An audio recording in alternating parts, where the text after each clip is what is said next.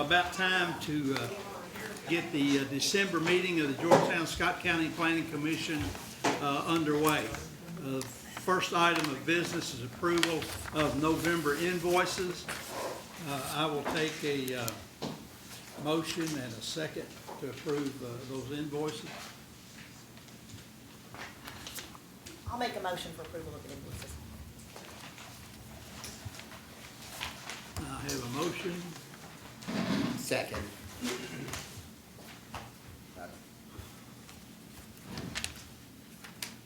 I have a motion and a second. All in favor say aye. Aye. Any opposition? Approval of the November 13th minutes. Is there anything in there that needs to be changed that you saw? I will take a motion to approve the November meeting. I'll make a motion to approve the November minutes. I have a motion. Second. Mr. Green. Second. All in favor say aye. Aye. Approval of the December agenda. Do we need to Look talk that about up. the change in order? We will. We're going to, we only have 2 items on the agenda tonight, and we're going to flip those. The new business, flex space business will precede the Sharp property discussion, because we feel that will be a little bit longer, and could be a little bit longer in nature. So with that said, I will take a motion to approve the agenda with the changes. David Best is a motion. Second. Second.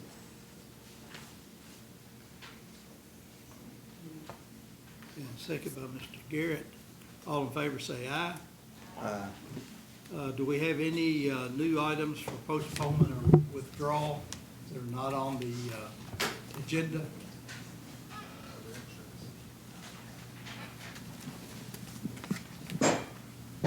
I'm going to take this. Under old business, ZMA 2025-34, the North Hamilton Street zoning map amendment. We had received word from the applicant that they would like to withdraw. Because the packet had gone out, that was not reflected thusly. And we'll confirm that with, okay, who was it? That's accurate. Okay. That's accurate. I'll be brief. Charlie's not on. Mr. Chairman, Harold Sims, attorney for the applicant on the North Hamilton Street zone change. My clients have, after review of the staff's recommendations, and we've gone back to our people, and we're still committed to moving forward with this type of project, but we're going to try to proceed to make things work in the current R2 zone with that density. Our engineers are working on plans to revamp things, and we hopefully be back as soon as possible. Thank you. Thank you, Mr. Sims. Appreciate it. Okay, so we have one item that has been withdrawn.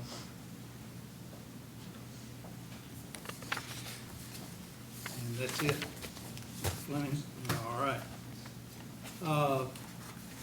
Next item, before we get to business, Mr. Perkins, will you swear everyone in, please?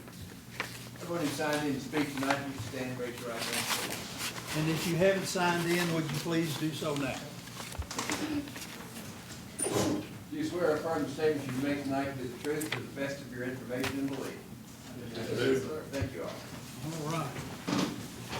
Like we said before, we're going to flip these, what's on the agenda here. The first item that we will hear will be PDP 2025-55, Flex Space, which is a preliminary development plan for the installation of a flex space mini warehouse located at 944 East Main Street.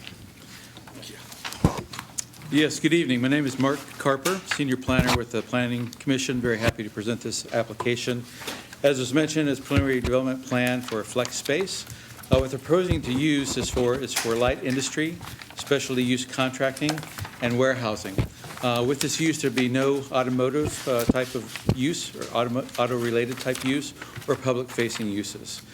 They are asking for a waiver. Except for this waiver, we would have considered this a ministerial review. All of the requirements in terms of regulatory, our ordinances have been met, save for this one, and we'll cover the details as to why they're pursuing that particular waiver from that requirement. So we are recommending approval for this preliminary development plan. This shows the site in context of the area. It's a large area, Zone B5 in the center, surrounded by a floodplain just to the north. We have industrial to the to the west and to the south. We do have B2 to the west, or sorry, to the east. And we do have R2, which is sort of to the southwestern portion. R2 is residential, medium density. That property is owned by the college as operated, so not really used as residential purposes. This is an aerial view of the site itself. You can see that it's about a little over 11 acres. It's within the city limits. There are currently 2 entrances. One was an old farmhouse and accessory structure, which have since been demolished. That particular entrance will be removed. The actual entrance into the proposed development will be directly across from the street you see just to the south. I think that is Holmes Drive. The drive you see to the left portion on the west side of the property, that is utility easement and access easement to the pump house, and that is to remain intact, so that can still be utilized.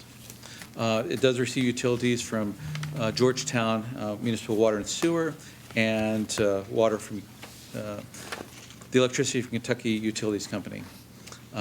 This is the site plan that was presented. The building area is going to be a little bit less than 20% of the space for the lot. The maximum amount that's allowed within that particular zoning district is 50% for building space. They're well under that amount. In terms of the parking, they're proposing 177 parking spaces. 6 of those will be dedicated for ADA compliancy. In terms of the parking requirements, it's based upon the number of employees. There are 81 units shown. Some of the information provided by the applicant, and the applicants here tonight can speak to that. Not each of those spaces will be rented by one particular entity. So the amount of employees, based on that, it's not going to be customer facing. It's going to be primarily employees that arrive to that site and utilize it. So with a maximum amount of employees, considering there might be 2 employees per use, the required parking space would be 166, so they're well over that. It's estimated there might be about 140 based on the 70 units being rented, so it still falls under that requirement. The VUA has been calculated. Interior landscaping meets that requirement. It's 10% of the VUA. In terms of traffic generation, looked at the ITE, both in terms of the maximum amount of employees that would be there and the floor area, and those the trips generated from each one, depending on how it might be interpreted, would fall under the 100 trips per AM peak hour and PM peak hour, so they're not required to do a traffic study for this. The perimeter landscaping meets all requirements. They're proposing large and medium trees for that, evenly spaced to 1 tree per 40 feet. What you see in the bottom portion is about less than or greater than 1 3-foot drop for adjacent properties. What that's referring to is in the perimeter landscaping, typically included with the trees, there's a 3-foot high hedge, with the exception if there's a 3-foot drop or greater. So they do have a 3-foot drop from the road front to that particular property, so they would not have to put in that hedge. So that's what's referring. Tree canopy requirements are 24% of the property. They're exceeding that amount at 27%. Sorry, I do want to mention or point out one particular spot in the lower left. I see I have it labeled as loading areas with arrows pointing to those. On the right side would be a loading dock where semis would back up and unload particular things. And then you have these loading areas colored in orange in the front part on the left side, and you see those in the back as well. Those would be for small trucks, box trucks and stuff like that. This is what they're seeking a waiver from. In the B5, which is one of the only commercial districts that does limit loading areas to the side or rear property yard, they're asking for a relief from that requirement. And the next slide provides some explanation or justification for that request. The waiver justification, as mentioned here, is that the pattern is multi-building. The direction they flow in is from the entrance. A sharp turn to the left would be problematic for a semi to pass through. In addition, you can see that there's a very steep incline in the driveway to those buildings toward the back. That causes a couple different problems. One in terms of loads shifting inside the trailer itself, and also in terms of just the mechanics of having a hinged vehicle going down steep slopes and backing up. That's problematic. The front yard provides the flattest grade, fewest number of easements, and less traffic overall. So these are justifications for asking for that waiver from that particular requirement. Our findings are as follows. The project, as mentioned, is a little over 11 acres. There are going to be 5 buildings, a total of 97,200 square feet. All dimensional requirements in terms of setback and building heights have been met. Proposed uses include light industrial, specialty use contractor, and warehousing. Uses are not to be auto-related or public-facing. The access and circulation includes the 55-foot wide entrance and 35-foot wide drive aisles, and please pardon the spelling there. I guess I must have had tropical things in my mind at the time. The traffic study is not required. Parking requirements have been met. They are requesting that waiver for the prohibition of front yard loading areas in the B5 district, and landscape and canopy requirements are satisfied. So we are recommending approval to the waiver, and also with the following conditions. They're mostly standard ones you receive regarding following all of our ordinances, that they would have 2 years after this approval to get their final site plan developed and presented. Any revisions to this have to go before the board prior to any construction or grading. The final development plan has to be established. They have to adhere to stormwater management requirements, has to be reviewed by GIS. Photometric plan would be submitted for us to review. A more species-specific landscape plan would need to be included with the final site plan. Auto-related and public-facing uses shall be prohibited. All requirements of Georgetown Fire Department would have to be met. All requirements of the Water and Sewage Department have to be met, and the applicant shall be responsible for all off-site road and public water and sewer improvements. So thank you very much for the questions. And also, we have the applicant here who can speak more directly to any questions you may have. All right, commissioners, have any questions for Mark? I have a Yes. couple questions. Okay. Has this property had any topography changes over the last 225 years since Georgetown's been a town? I think there has been some grading on that property. At that particular area of this property? I can't go back 250 years in terms of grading history. Okay. You haven't been here that long. I have not been anywhere that long. So So you my have understand- no documents that shows there's been major grading changes to? None that I found. Okay. Yeah.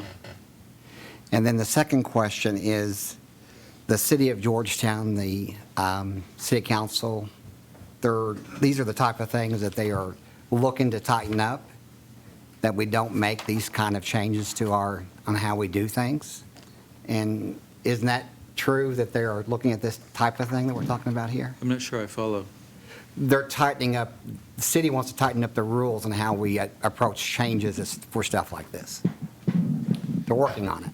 Okay. I won't speak on behalf of the city of Georgetown, but I will say that I've been involved in a number of meetings with a certain group of city council members where they've reviewed a large number of items in our zoning ordinance. This specific question around grading or the requirement in the B5 zone to have loading in the back has not been directly addressed, but there has been a large amount of conversation around how variances are applied generally. Okay. In this circumstance, again, Planning Commission staff has reviewed this against the KRS statutes. And so that is why we've made this recommendation. But I'm sure either the applicant or planning staff would be happy to address any specific questions as it relates to this. And is there still a way for them to have their building built without having to do this? That I would leave to the applicant. Okay, thank to you. possibly discuss. Well, is this, one of the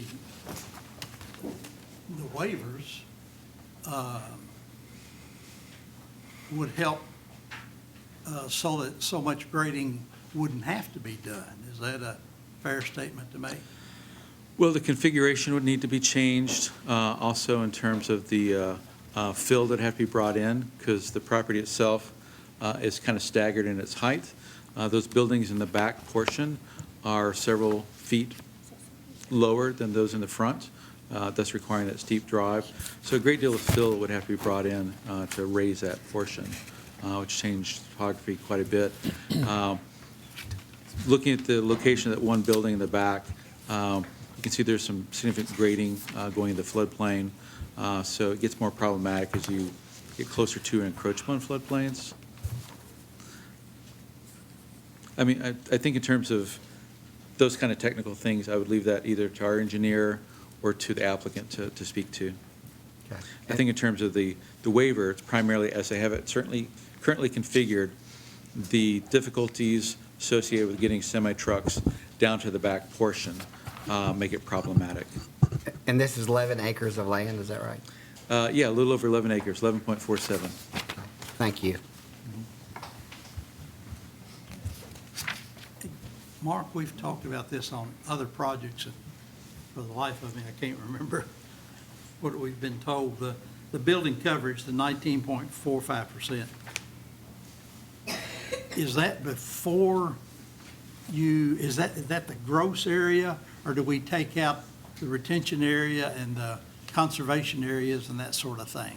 The way I remember the ordinance stating is the percentage of the lot area. Total, gross Yes, lot? yes. Okay. Thank you. Any other questions? All right, we will have the applicant Okay. come forward, please. There you are. Good evening. Abby Jones Consulting, and we're here with our client and would love to speak with you about these different issues that you've brought up, especially the precedent that I believe Mr. Jesse is most concerned about. As a former city engineer in two different places, I can understand and appreciate that you want to limit the amount of precedent-setting actions that you take. You do, as a body, need to have opportunities when there are unusual situations to be able to talk about those reasons for exceptions or changes and possible mitigations for those. Because sometimes there are unusual things. This property has a tremendous amount of restrictions with easements, which does affect the exact elevations that we can go to, because you can't put an unlimited amount of fill on top of a water line or on a gas line or on different things or underneath the existing power lines. There are some specific, site-specific restrictions that we have. And we did look at a variety of other ways to do loading areas. So I guess, I don't know if there's a way to point it.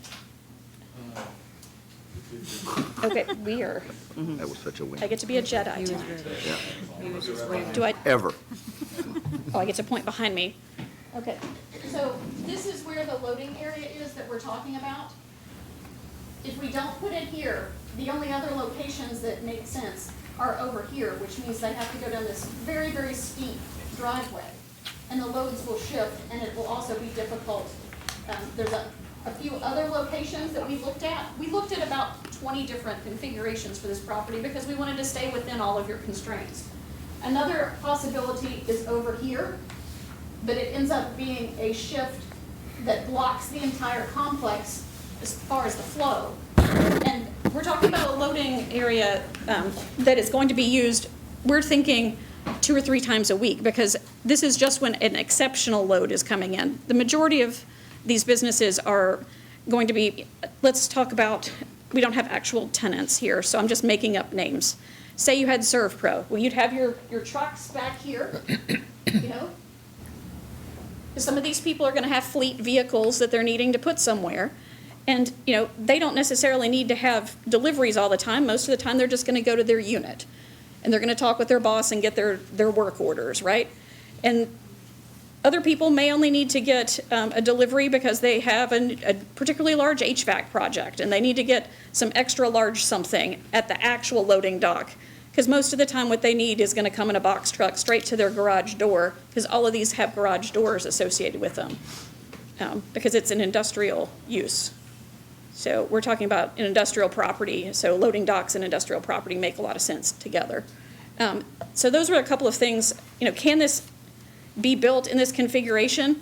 The loading dock theoretically could go to other places, but we're either going to jam up the entire complex by having a semi block the main drag, or we're gonna have to go down a very, very steep driveway. And that does meet the criteria of your articles of, does this qualify for an exception? Whether or not the fill can be changed that much, we're talking about very large buildings because it's an industrial use, so it's going to have some fairly flat areas where the buildings are located. I'm just looking through my list of questions that you had here. We talked about easements and utilities, the loading dock usages. The other thing, so we talked about the specific large loading dock, but these other areas down here, the loading areas in this area, I think that's a slightly different screen. We go back one page. Can we go back one page? These loading areas are based on the fact that this building is cut in half. So the only entrance to these units is from this front aisle. These units are all accessed from this back aisle. So this is the front, and it's also the only entrance to those areas. So in order to have a loading area for these units, because there is a center dividing wall, you have to have loading in the front. That I cannot change, even if I chose to have a super steep driveway for my drivers or block my whole complex. So those are the reasons why we chose that particular location off to the side, because this area, even if you have the beginner driver at the semi, they can make it there. And it's not something that gets large amounts of deliveries every day. This is not a Walmart bakery getting deliveries. Yes? First of all, never underestimate how bad beginner drivers are. But on your unloading areas you're talking about over there, it's kind of like this picture. There's not going to be an actual dock there. That's just a place for them to park and be coming off not a semi-van, but like say a box truck. You're talking about at this location? No, the other two in the front. These are just striped. Right, that's just striped area, right? There's no Correct. loading dock. Okay. Correct. And there is a loading, because that's semi-loading dock back there. Yes. Okay. I just And wanted there to is an elevation change, so you're not going to be seeing something that's extra awful over there. Right, okay. But if for some reason you guys wanted to have extra mitigation and us plant some extra trees because you're afraid that it's going to be some sort of a problem So that that we don't dock- anticipate, Well, so that dock, so what you're saying, that dock will be a recessed dock, well, they'll back into more of a hole, and unload more at ground level, or it'll be up? no, it will Flat. be, the pavement will be at ground level and this will be elevated. Okay. And then there will be a It'll be an slope actual, beside it. yes, I got you. But the road itself has more than 3 feet of elevation change from here to there. Yeah. I follow. I think I like this better than the pointer. The laser, yeah. Thanks, awesome. And that'll be for access that's the only semi-access for the entire complex, if anybody's Right. thinking, they'll have to bring their forklift around there and haul it back to wherever Yes. it's gotta go, okay. All right. Thank you. Any other questions for Ms. Jones? Have any questions for her from the audience? All right, thank you very much. Yeah. If I may, I would just like to clarify one point, and that is that variances, whether this one or another applications, do not create precedents. And so as you guys are considering that, just be aware that this is not precedence creating in any way. The second thing, and again, this is just for background on this project, the initial application included this waiver, as you guys have now talked about, as well as 3 others. In consultation with the applicant, we found ways around not needing those 3 other variances. And so I want to commend the applicant for working with staff as we brought this plan to the commission. Thank you. We also restricted additional uses that seem to be not popular, and we've allowed that to be part of the project as well. Thank you much. And there is one more thing. This is not for you. This is for our attorney, just so it's on the record. So I'd ask this question. This is the first time we have been asked to approve this type of a change. We talked about it in the workshop. Is that true? Oh, to my knowledge, yes, it is, but I'm not so sure we've had this zone configuration and those restrictions, Yeah. for very long. So Yeah. this is, I just wanted that recorded. yeah, Thank you. but I think that's true, yes. Thank you.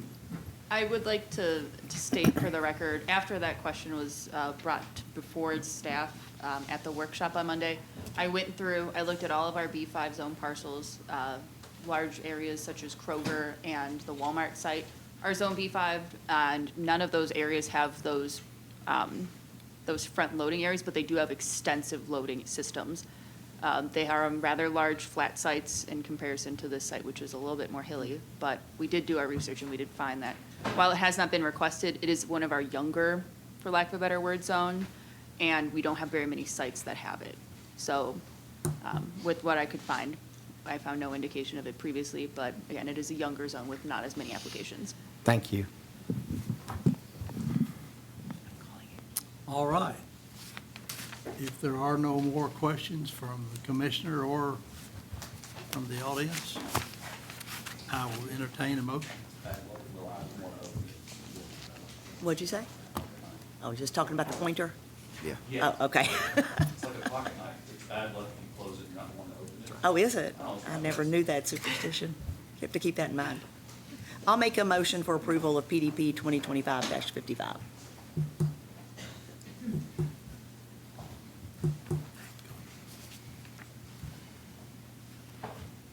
I have a motion by Ms. Singer, Second.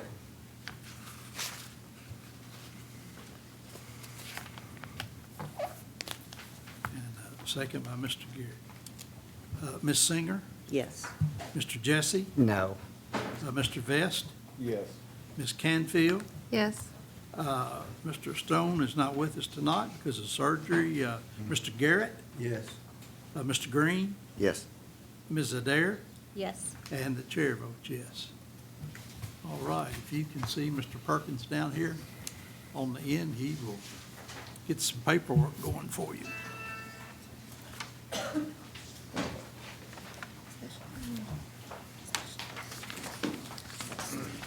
While that's happening, before we move on to the next agenda item, I don't know for sure that it will be, but there's some possibility that this will be Chairman Mifflin's last meeting. So I want to acknowledge him and his service to the commission for 8 years at least, right? 8 years Yep. consecutive, maybe some before that? No? No, just 8, okay, just 8, yeah. Feels like 40? Just eight. Just 8, it feels like 40. Anyway, I want His to hair was- commend him and thank him for his service.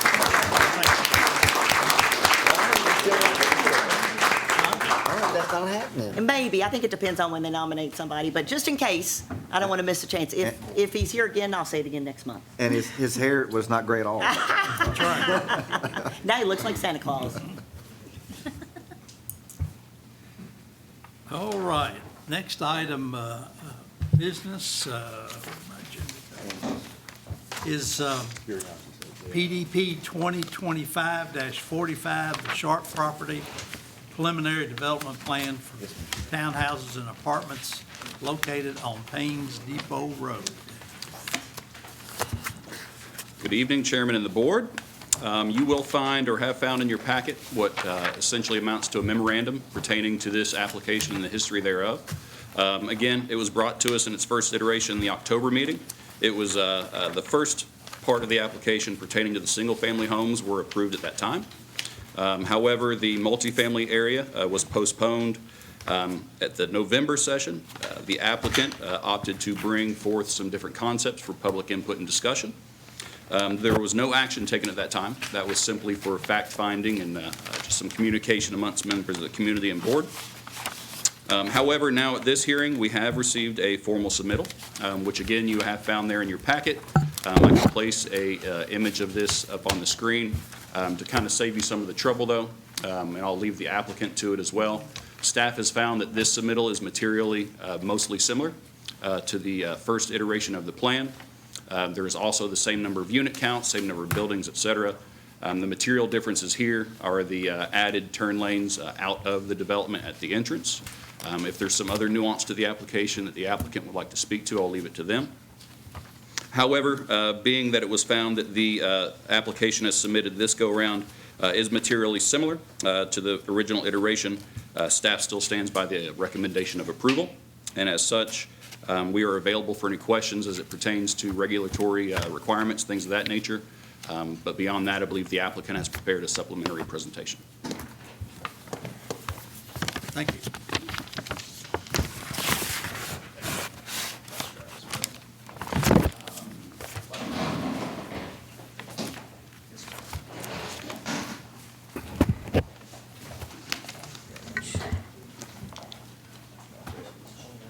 While we're getting the technical portion of this review underway here by Mr. Fleming there, let me just say this, that we heard this in October, and we had some discussion last month, and we don't want to keep rehashing the same thing over again, but at the same time, we don't want you to feel like you're not heard. So we're going to hear you, but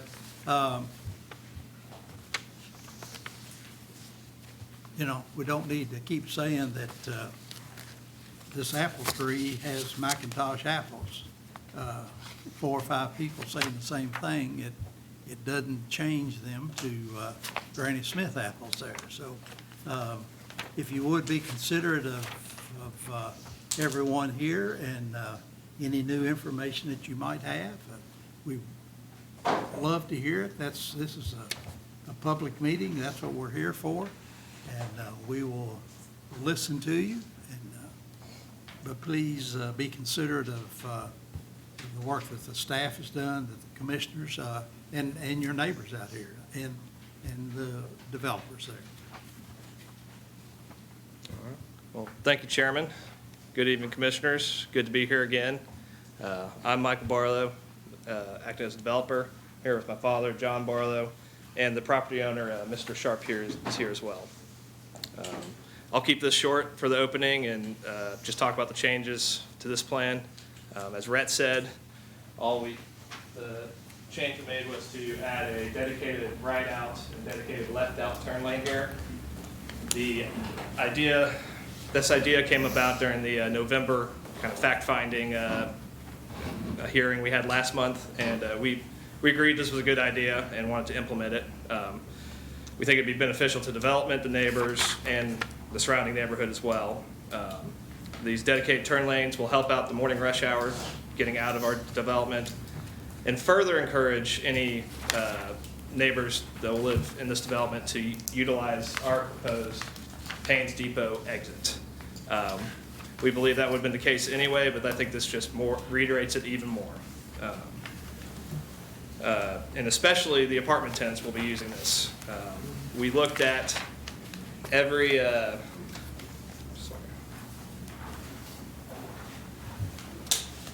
any scenario for the apartment tenants leaving. If they're going to be using the bypass when this is built out and connected, if they're going to go on the outer loop on the bypass, they will exit Payne's Depot Road, use the Payne's Depot traffic light, and turn left. It's the shortest route. The other shortest route to use the inner loop of the bypass would be to go back here to the Creeks of Ward Hall subdivision to this exit on the bypass as well. Any other route would be a longer distance to get out, so we can't foresee why they would do that. So we believe this will just further encourage them to use that exit. Now, one thing we also looked at was eliminating the tie-in to McClellan Springs Drive on Clear Springs Drive. We talked with staff, and they were not in support of that, and we agree, and I'll explain why. any development will increase traffic in this area, whether it's all single family or it's what we have proposed. The connectivity of what I call the Ward Hall Triangle, keeping these connections for the future will create the best traffic pattern possible to minimize the traffic impact and provide other avenues if there is an issue on a road to get around it. And we also believe that eventually the back half of McClellan Springs is going to develop, and that will provide a connection to the bypass as well for them to get out if they want to go on the inner loop.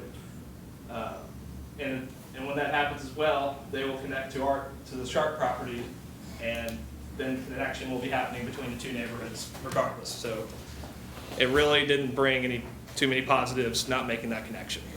So we agreed with staff on that. So those were the changes we looked at and the one that we implemented.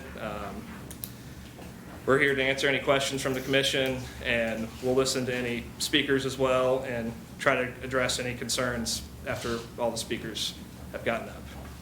Thank you all. Thank you, All right, do commissioners have any questions for the developer or the staff? We talked about it at length at the workshop, so answered all my questions. Okay, well, we will again take any questions that public may have for the staff or the developer.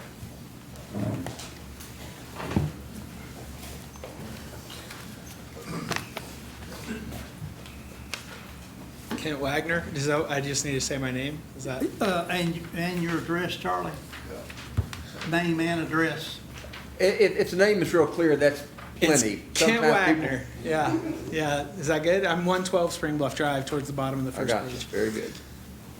So I just have a question for the commission and then maybe a statement or two. Is this to decide whether to allow apartments, or has that already been decided? It sounded to me like at the beginning of this discussion you said that the homes have been approved, but the apartments have not. The single-family homes have been approved back in Okay. October. The apartments have not. Okay. Or this portion of the development plan. Is that a fair statement to make? Okay. So I don't need to rehash everything. I did bring my 4 lovely teenagers that I talked about them last time. I thought I'd make them your problem this time. They're over there. Can they stand so we can see who they are? Yeah, teenagers stand. Well, yeah. There they are. They're the good-looking ones. They get it from their wife. My wife, not them. They don't. They're not married yet. So, but I just wanted to. Each of them, Peter right now can drive. My daughter Piper over here is 15 and can drive. She's scared to, partially because already it is a difficult turn to turn out. I will say, so I appreciate the developer trying to figure out a way around the traffic issues. And I know you guys don't live here. Is that correct? Okay, so like, as somebody who lives in that neighborhood, if I'm gonna go to Toyota, I never take the bypass. Is that true of everybody in here? Anybody take the bypass? What we do is we turn out left, we go down Main Street, because that's the fastest. Even when there's traffic, it's faster than the bypass. And so the reality is, what they're proposing is just gonna make that intersection even more dangerous coming out of our neighborhood. It is going to multiply the impact, because instead of 4 rows of homes, or maybe you could even get 8 rows of homes, you're now going to have that multiplied by 3. So you're going to have 12 times the people.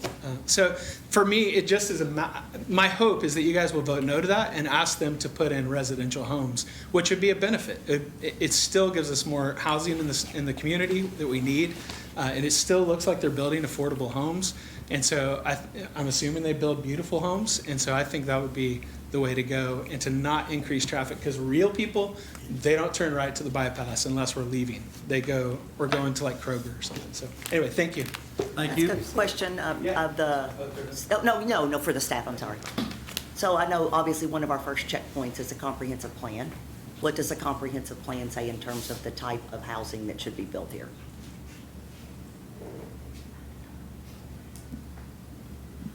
What a great question. If you'll give me just one moment, I'll make sure that I pull up the most accurate map that we have for that. Okay.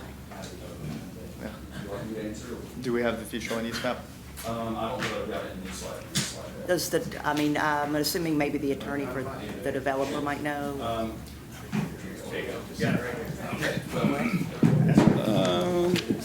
Perfect. Is this thing?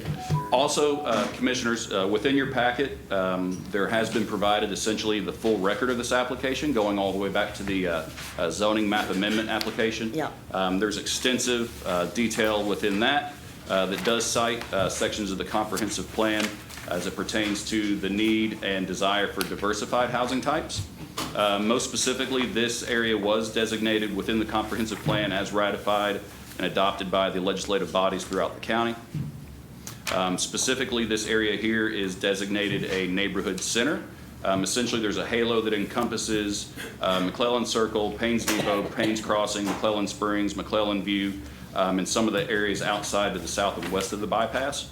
And what that means is there would be expected different diverse types of housing to include medium density, as well as other neighborhood functions, connectivity, things of that nature. Upon the initial review of the zoning map amendment application, as well as coupled with this neighborhood layout, staff has found that that layout and concept does meet the expectations of the comprehensive plan. If In you'd terms like of to- housing mix, including the apartments? Okay. Yeah. Thank you. Yes, sir. Please step right on up. Good evening. My name is Christopher Good. I live on 104 Clear Springs Drive. I just wanted to add to what Kent had said. So the past couple of days, I actually got the opportunity to go door to door, about 40-some homes in the neighborhood of McClellan Springs. And during that time, I got to see different, generations of residents. So you had the young families that just moved in, they just bought their house before any kind of new apartment development. You had the families that were also, had been there for a while, their kids, like Kent, or, around 15, 16, learning to drive, as well as some elderly. The main concern that they had in that neighborhood was the exit/entrance into McClellan Springs, McClellan Circle. Paynes Depot. Yeah, into Paynes Depot, sorry. And a lot of the times, they would say, they don't even exit there. They will go to Ward Hall, then go to 460, and then go to Toyota or wherever they're wanting to work. So if you think of a parabola, if you enter or exit the entrance to the subdivision, we're right on a peak. And so for cars, it's very hard for them to see left or right. And I'm lucky enough to have a truck, so it's no issue for me, but not everyone has a big truck.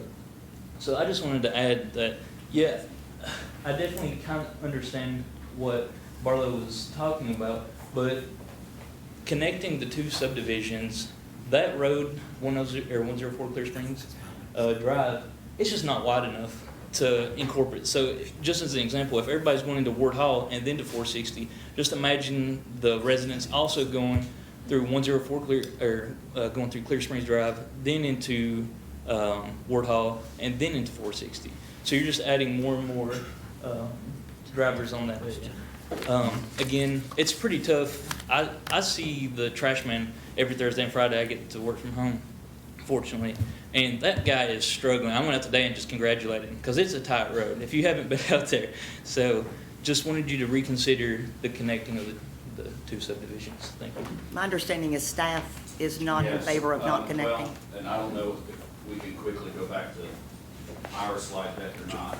Is that ours? Thank you. And Elise will bring it up, but in terms of Clear Springs Path, there was a concept brought forth in November that did propose removing that connectivity in response to some community comments and just in consideration of addressing those. However, this is a multifaceted issue. So obviously, both through development practices, comprehensive plan, and the interest of safety, services, fire department, et cetera, more connectivity is encouraged and sometimes mandated. And in fact, even though the applicant did bring concepts that would address that community concern and reduce that connectivity, and Elise is getting to it almost. There's a plat in there, Elise, if you keep going. Just keep going, maybe. It's in there somewhere. Maybe not. So anyway, there is a plat that exists at Clear Springs Drive. You can find this on Plat Finder through our GIS website. If you go into that plat, there is a clear indication that that road stub has to essentially be opened when it's available. There's a very explicit note on the plat when that development was created, that this connection must be made when available. So, All right. in the interest of From when all- that McClellan Springs development was Yes. approved? Okay. Yes, yes. So, What year was that? Do you remember? I don't know the year off the top of my head. I couldn't remember when McClellan. It was whenever. 2010, right? 2010. Okay. All right. So, yes, at the conclusion of that phase, when it was platted, that stub was intended to always provide connectivity, and it's very explicit. And then that plat and development plan would have been adopted by the planning commission and recorded in the courthouse. All right. Thank you. Josh Warren, I think we were the first people to move on Clear Springs, if I've got that right. So back in 2010, actually. So that plat looks familiar. And we did not bring our 5 children with us. So I applied before. I just mentioned that because when we first moved in, the amount of children that live in this subdivision is truly remarkable. When you try to have Halloween trick-or-treating, you can't park and you can't drive because of the amount of kids. That's the type of community we were talking about this development going next to. I haven't been able to make the last 2 meetings. I appreciate you having a third meeting, again, due to family commitments, children, band commitments, everything else, and I don't want to waste y'all's time. My first thing, I have a question for the applicant or the commission. Of the adjacent R2 areas, how many have 3-story apartments? None of those in the immediate adjacent vicinity. Okay. And I guess the other thing I would say that compounds that, when you look at a topographic survey of this area, the place that these apartments are proposed is on the highest area of this corner. This is what people, when they come to Georgetown and they get off to go to Old Friends and come to Ward Hall, this is the first thing that's going to greet them as they come down Paynes Depot. Strongly against 3-story. I'd really like you to consider something altogether different because, again, this is the highest area. This is what's going to greet those visitors to our city. I guess with that, thank you all. Go ahead.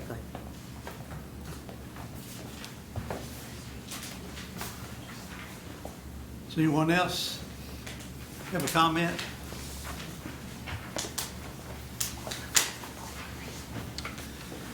Paul Curry. I live on Buffalo Run Court at the very end.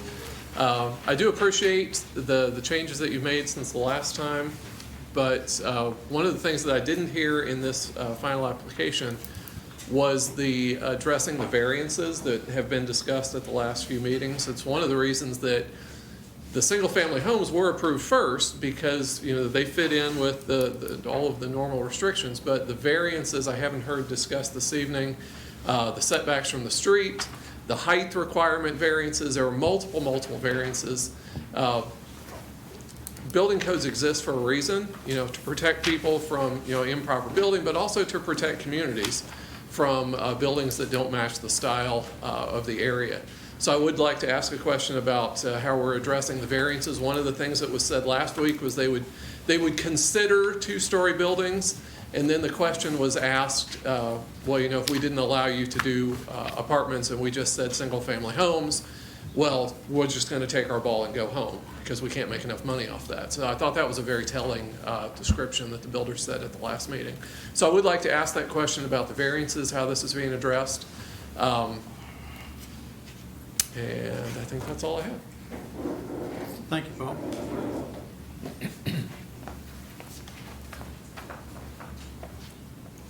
Anyone else? Josh Kyle, 109 Clear Springs Drive. I'm sure y'all remember me. I've been here several times now. Although you have requested this not to rehash everything, I just want to put everything all together and remind the board that the apartment complexes don't fit the neighborhood. I got there's 10 houses on my street. There's 8 families on Clear Springs Drive represented here tonight. We adamantly don't want that street opened up. You all set the precedence in the 2010 plat, but seems like you all can create variances at will, so we can possibly make a variance that we don't open that street back up. That's something that the planning commission voted on, something that can be brought back up to re-vote on, perhaps.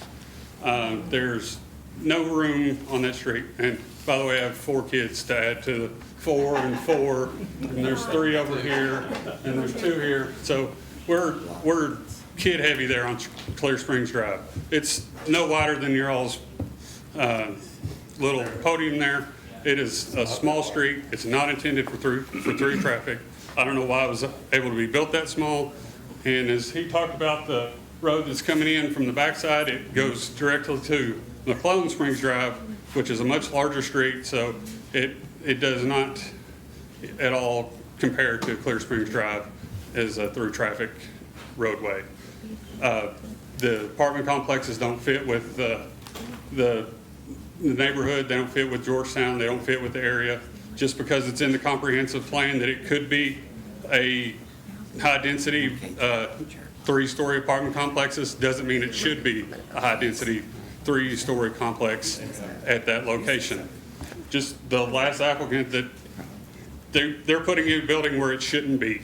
You all approved a variance for a building for somewhere where that building shouldn't be.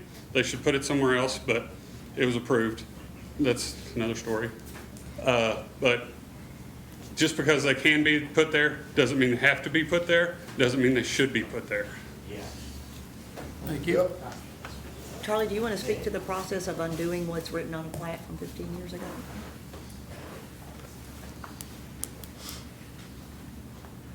A wise one? Ordinarily, well, there's a single statute on, well, that doesn't exactly apply. It's a difficult process because you've already got any number of people who purchased in reliance on that plat. Number two, for 30, 40 years, policy has always been you have connectivity between developments. I mean, not that I was here then, but all the way back to Indian Hills, in the first division of Indian Hills, which was in the 60s, I swear to you, I was not here. They raised Cain because they didn't want the second batch, didn't want the third batch. Then Old Armstrong, they didn't want that connection. Old Armstrong didn't want the connection to Payne's Depot. That has always, though, been the policy. Because if you've got all those connections, then not only can you get rid of cars quickly, but emergencies can get in and take care of whatever the needs are. So that's always been there. As far as literally undoing that, it can be done. I mean, legally it can be done. Although oddly enough, the only statute on point says you've got to have signatures of all the people on the one, that you're undoing. There's no way. From 15 years ago, you mean, on the commission at the time? But no, the owners. The owners, oh, wow, okay. And I really. 95% of that here today. Can we sign now? Yeah, can you go ahead and sign now? And I really don't think that would fit this situation, but I'd have to actually go back and read that statute and see. In any event, I believe it can be done. It's not a simple thing to do, but the main thing is the simple policy has always been you make connectivity. That's why Indian Acres connects to Indian Hills, to Old Arm. I mean, that's just the way it's always been. And that's the way the city and emergency services have always demanded. So I just don't see that happening, even though I certainly understand the point. Jim, if you don't mind, Yeah. hold on just a second.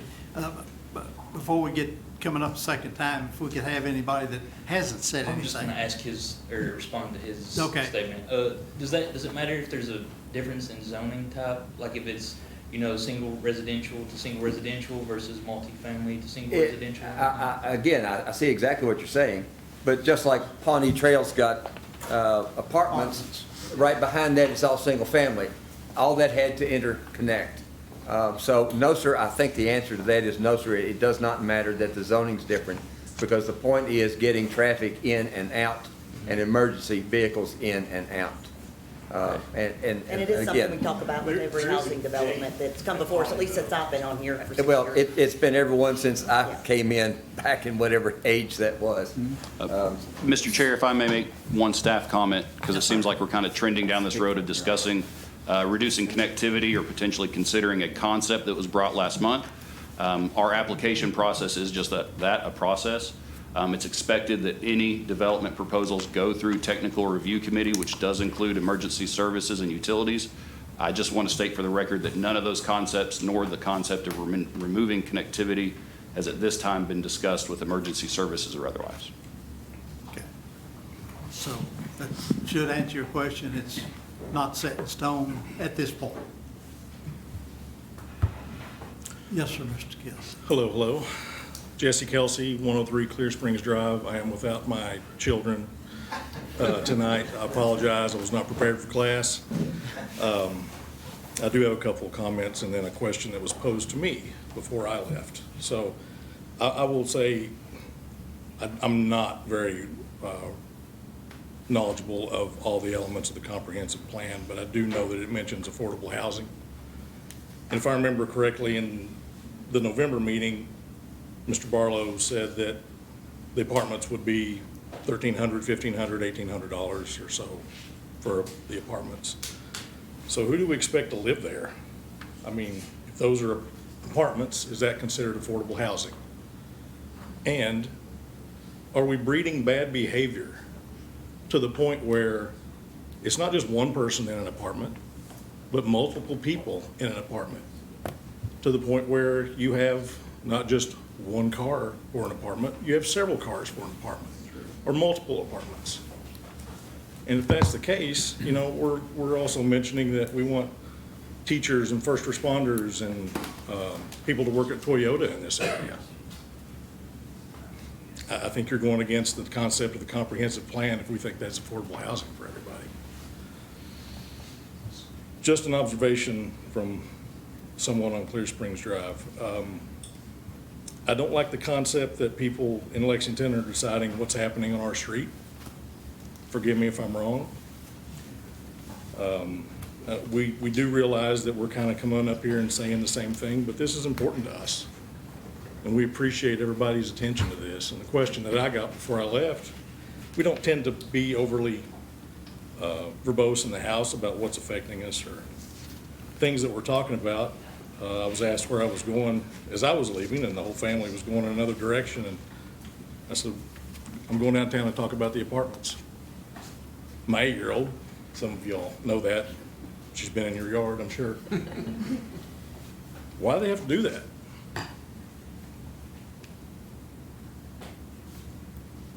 So I'll leave on that question. Can I ask a clarifying question, Mr. Kelsey? You may. You talked about breeding bad behavior. What were you referencing?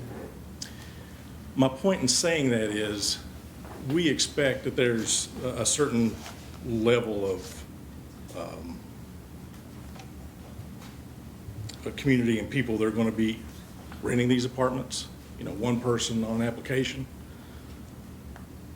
I think it's a little far-fetched to think that the teachers and the first responders and everybody we think that is going to be in the apartments are going to do that and be able to rent that for $1,500, $1,800 a month by themselves.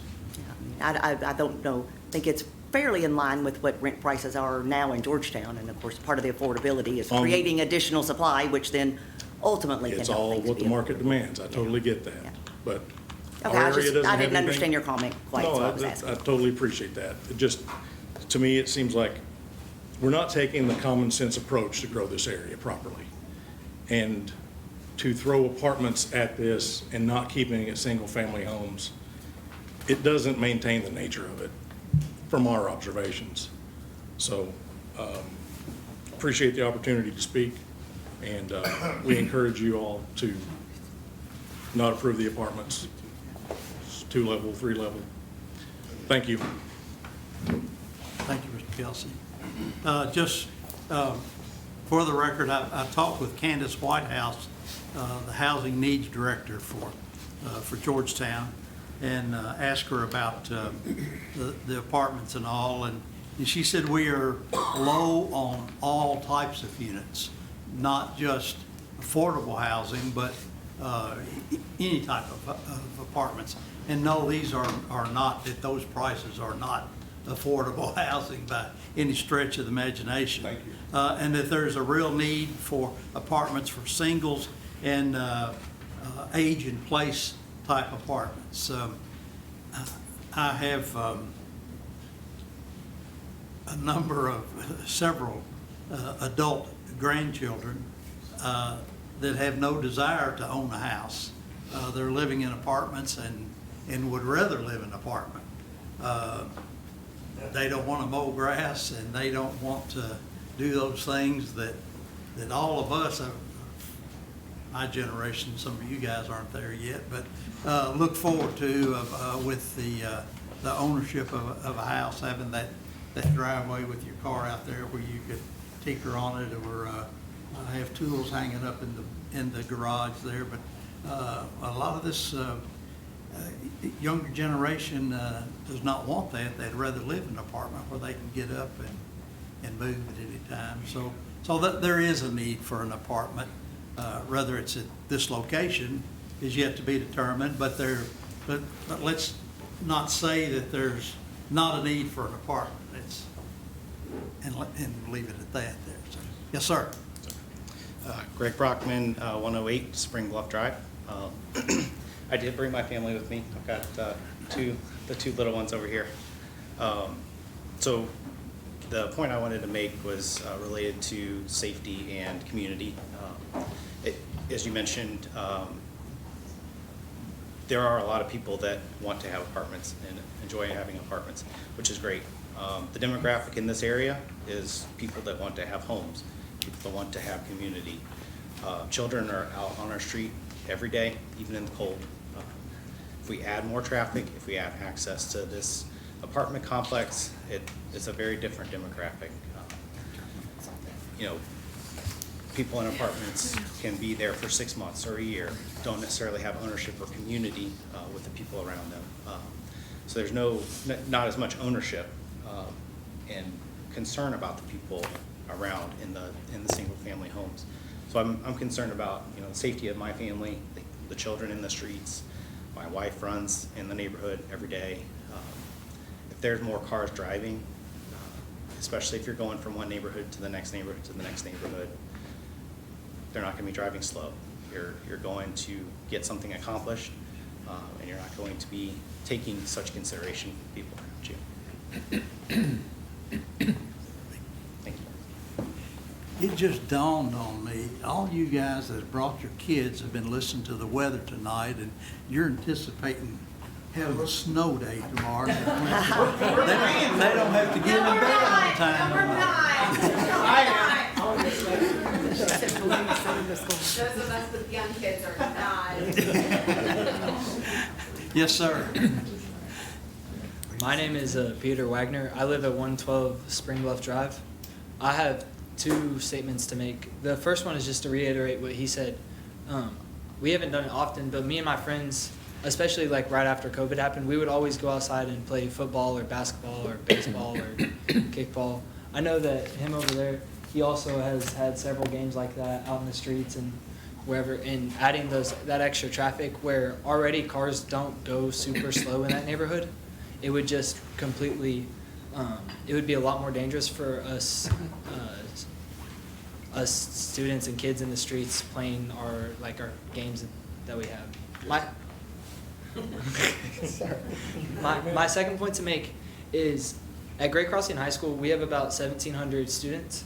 I'd say of that students, about 3/4 of them probably can drive with the new Kentucky law of passing of 16 can get their intermediate. And because of that, with the addition of the apartments, instead of townhouses, it would, like as my father said earlier, it would triple the amount of people that are living there, which would essentially triple the amount of students and adolescents that would be living there. That left turn that they were speaking about, that's the left turn off, that's the right turn to get on the bypass. It is a left turn to get out of the bypass into that apartment neighborhood that they talked about. We have about, I looked it up earlier, we have about 20,000 people driving along that bypass in Frankfurt Pike every day. That number it peaks about the time that school gets out for obvious reasons, that people have to go and pick up their children and they have to go home. And it would just be a lot more dangerous for students taking that left turn there, as well as students taking the left turn to get from the entrance that they had talked about building. I would just like everybody to take that into consideration as well when addressing their new plans for this area.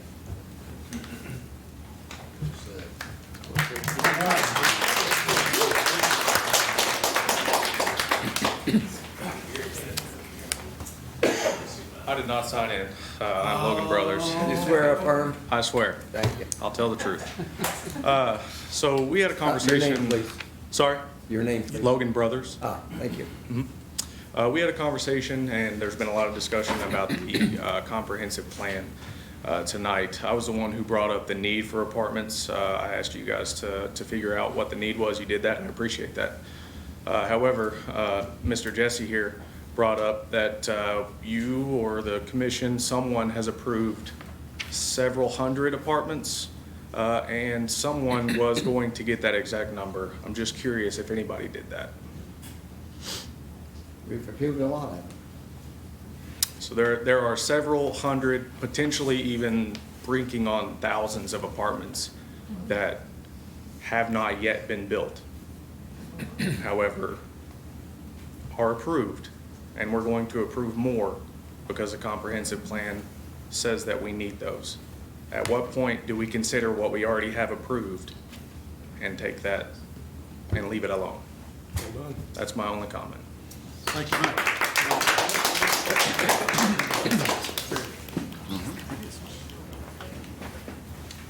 Hi, I'm Kim Tracy. I live at 134 Old Fort Drive. And I wanted to just share something a little different. Relatively often, we have people knocking on our door trying to buy our properties. And I think that probably happens throughout the neighborhood because there's such a need and want for those homes. So, and the other thing I want to say is that if you look around at my neighbors that are here, a lot of us are older, and that is because all of the younger families in the neighborhood are so busy doing things with kids. For like every one of us, there's 8 or 10 families that can't make it to any of these meetings. So we really don't want the apartments, and we really don't want the connectivity. And when you see one of us, know that there's at least 10 for every one of us that are feeling that way in that neighborhood, and they just can't be here tonight. Thank you. Thank you. Can the staff talk about something regarding the units that have been approved but not yet built out? I'm working on that Okay. number. I left it at the office, so I'm just doing some more Okay, calculations. thanks. We'll try to get that information for you in just a minute. Do Thank you. do you also have like the listed number of houses that's already been approved, that's not been built yet? Just one moment, we'll have those numbers. Thank you.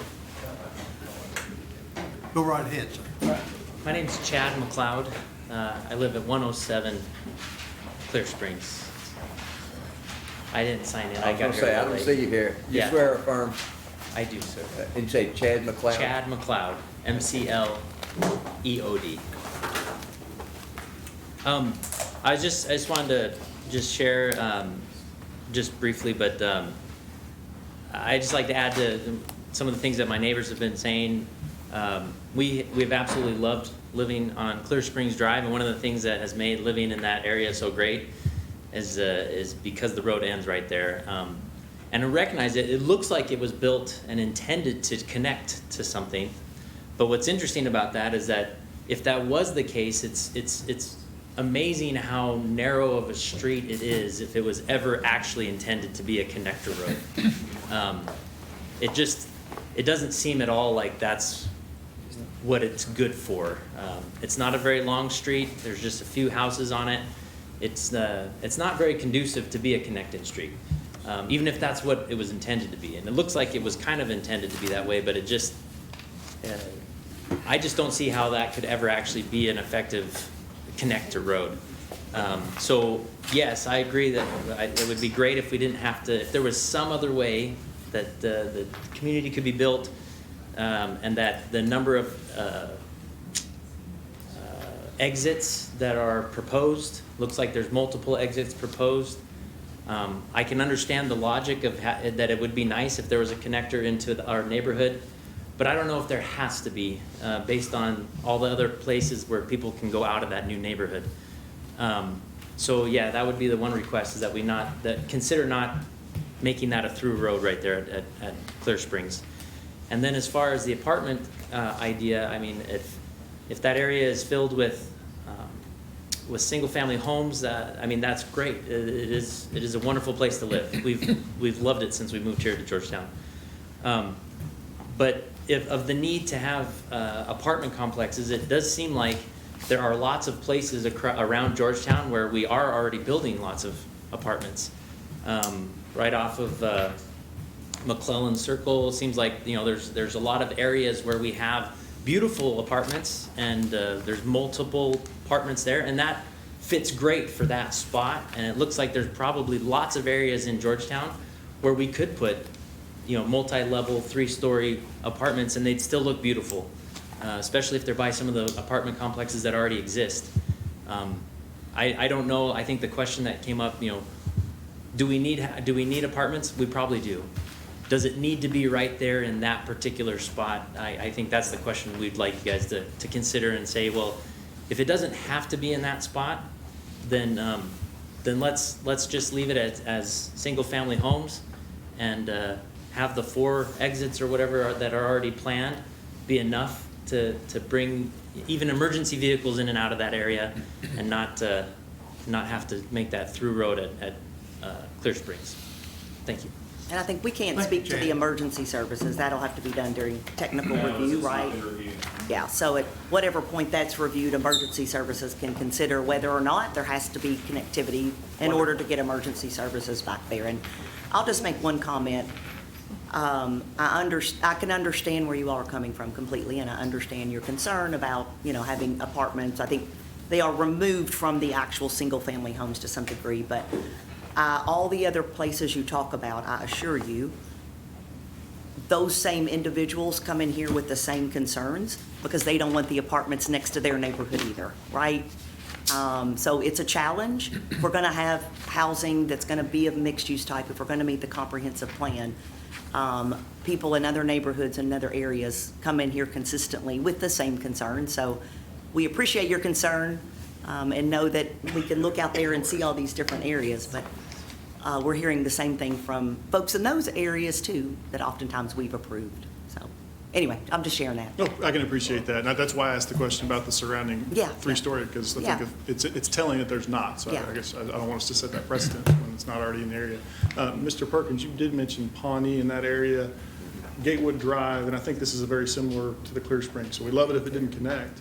But if that is necessary for EMS and other considerations, there's a gate, if I'm not mistaken, that I assume allows EMS to continue through that area. So Yeah, not on Pawnee, but on Gatewood. on Gatewood, exactly. So that's almost, You're 100% correct. it's akin to what we That's could- also a private street, as I recall. That's not a public Gatewood street. is. Gatewood is a Gatewood's private. yeah. Yeah. It's a would just private. encourage that type of application though, because it still allows EMS and everything to go through. So that might address the concern of the individuals on that street if we can't block it off altogether. That'd be, Yes, sir. Hi. I didn't sign in as well, but I'm Oh. Ethan Howard with 147 Do you McClellan. swear or affirm? I swear and affirm. Ethan Howard? Ethan Howard, Thank you. 147 McClellan Springs. Wanted to address some of the comments on the comp plan, since that seems to drive so much of the decision-making. One of the things that's highlighted in those variance requests is the need for missing middle housing. And just reading through kind of what that is defined in the National Housing Trends section of the plan, it says it's a housing development pattern that identifies a lack of housing options and developments that would be between multi-story apartment complexes and large single-lot homes. And then further, it goes on to define it, housing types including duplexes, courtyard apartments, live-work type structures that are perfect for infill. And that doesn't really seem to fit what's being presented here. I know there's some townhomes that are in the plan, along with some of the single-family to diversify the housing. But really, it seems like that's just a way to shoehorn in what is an apartment complex. And so one of the key aspects, if you look into the missing middle housing movement or the descriptions from the architect that even developed it and proposed it, is the importance of the context and the form and how it integrates into the existing neighborhoods. And so I would encourage that if we're still looking at this and looking at these variances, that the developers see how we can maybe have some of these more diversified housing options that aren't 3-story complexes. I understand and completely respect that development's hard. It's hard to turn a profit, hard to make money, but this is a multi-generational decision that we need to get right and make sure we have the right housing mix in here. And there are other options other than 3-story apartments, which also may not be the best thing to age in place in if you're looking for something that might be a little bit easier to get around, more walkable, and more accessible. Some of these other options, like even quadplexes, duplexes, or other ways that we can use the same parcels of a single-family home, increase the density an appropriate amount, and try to grow a little bit smarter. So, thank you very much. Thank you, Mr. Harris.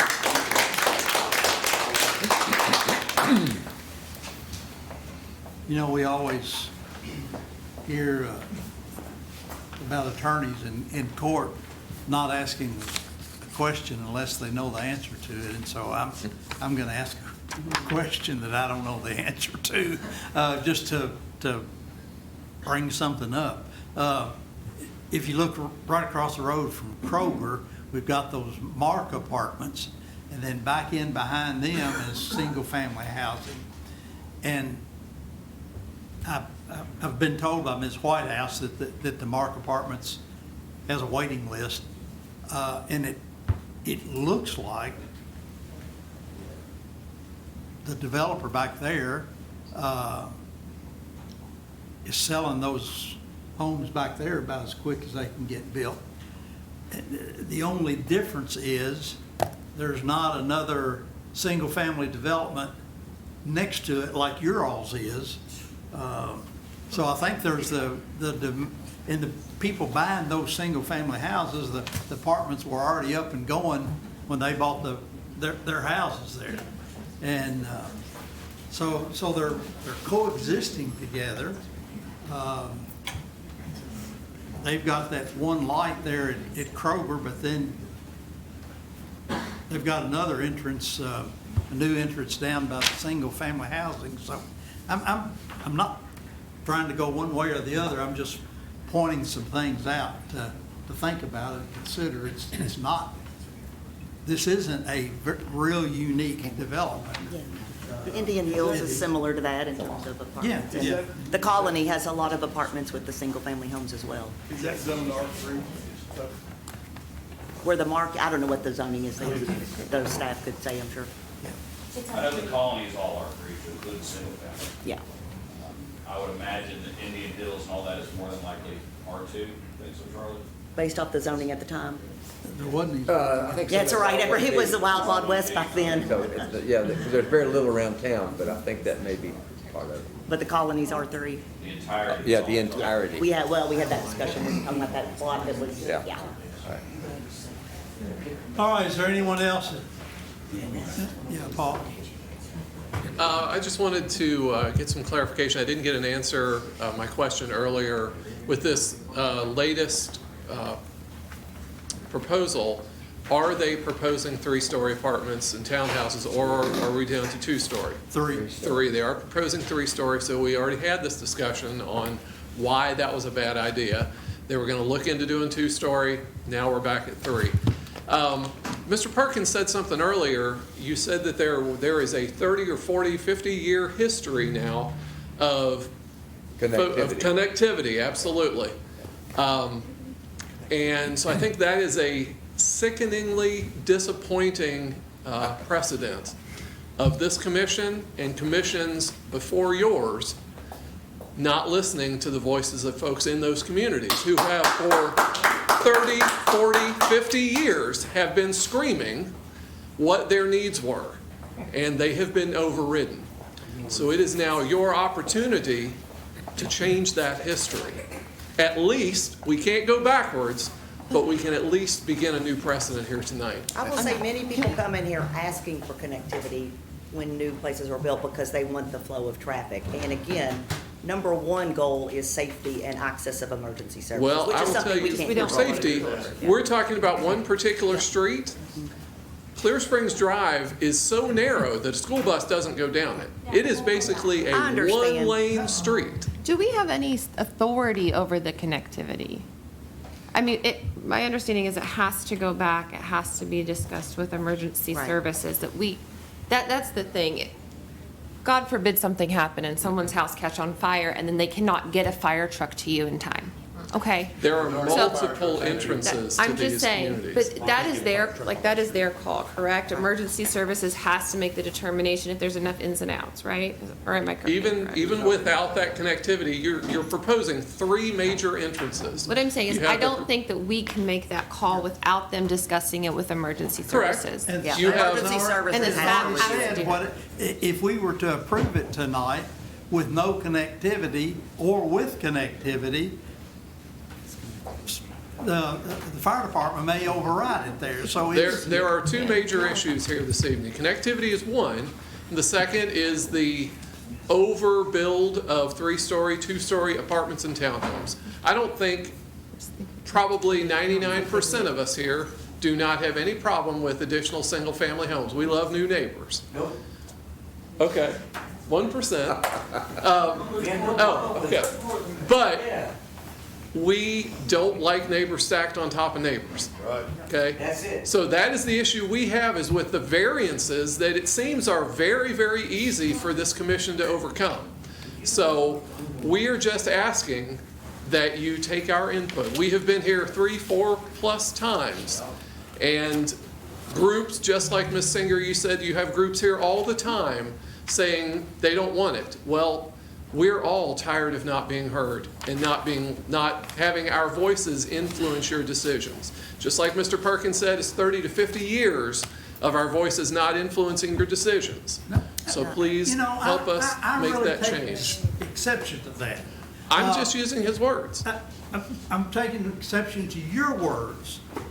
If you would think back, what if the city was looking at that mindset when Clayton Avenue was done, and that was a dead-end street up there at Military. So you had no connectivity over to College. All the streets in Georgetown have connectivity. It's a logical way to move traffic that you and I get through town all the time, and to say that every subdivision ought to dead end to each other is kind of frightening. It really That is. one particular street, if you look at the proposed plans, you've got at least now 4 understand. major entrances. So being able to access emergency vehicles into any area, you've got access off off of every major road. And We're so talking like about Mr. access off a Shirley one-lane said, street. You need to be talking to the fire department, not to us, because that's where the final decision's gonna be made there. We're hearing you, we Well, understand. excuse me, But- that's not exactly the final decision. It's their request Is considered. forever Uh-huh. that we have connectivity and as much of it as we can have. They're not going to they can't veto this development plan. Okay, But, my mistake. yeah, I but apologize. they're the ones who've said from the very even before the very beginning, we must have connectivity, because number one, we've got to take the most efficient way to get to whatever the emergencies are, and we can't be picking and choosing. Wait a minute, this one isn't available, oh, this one is available. They got to have them all.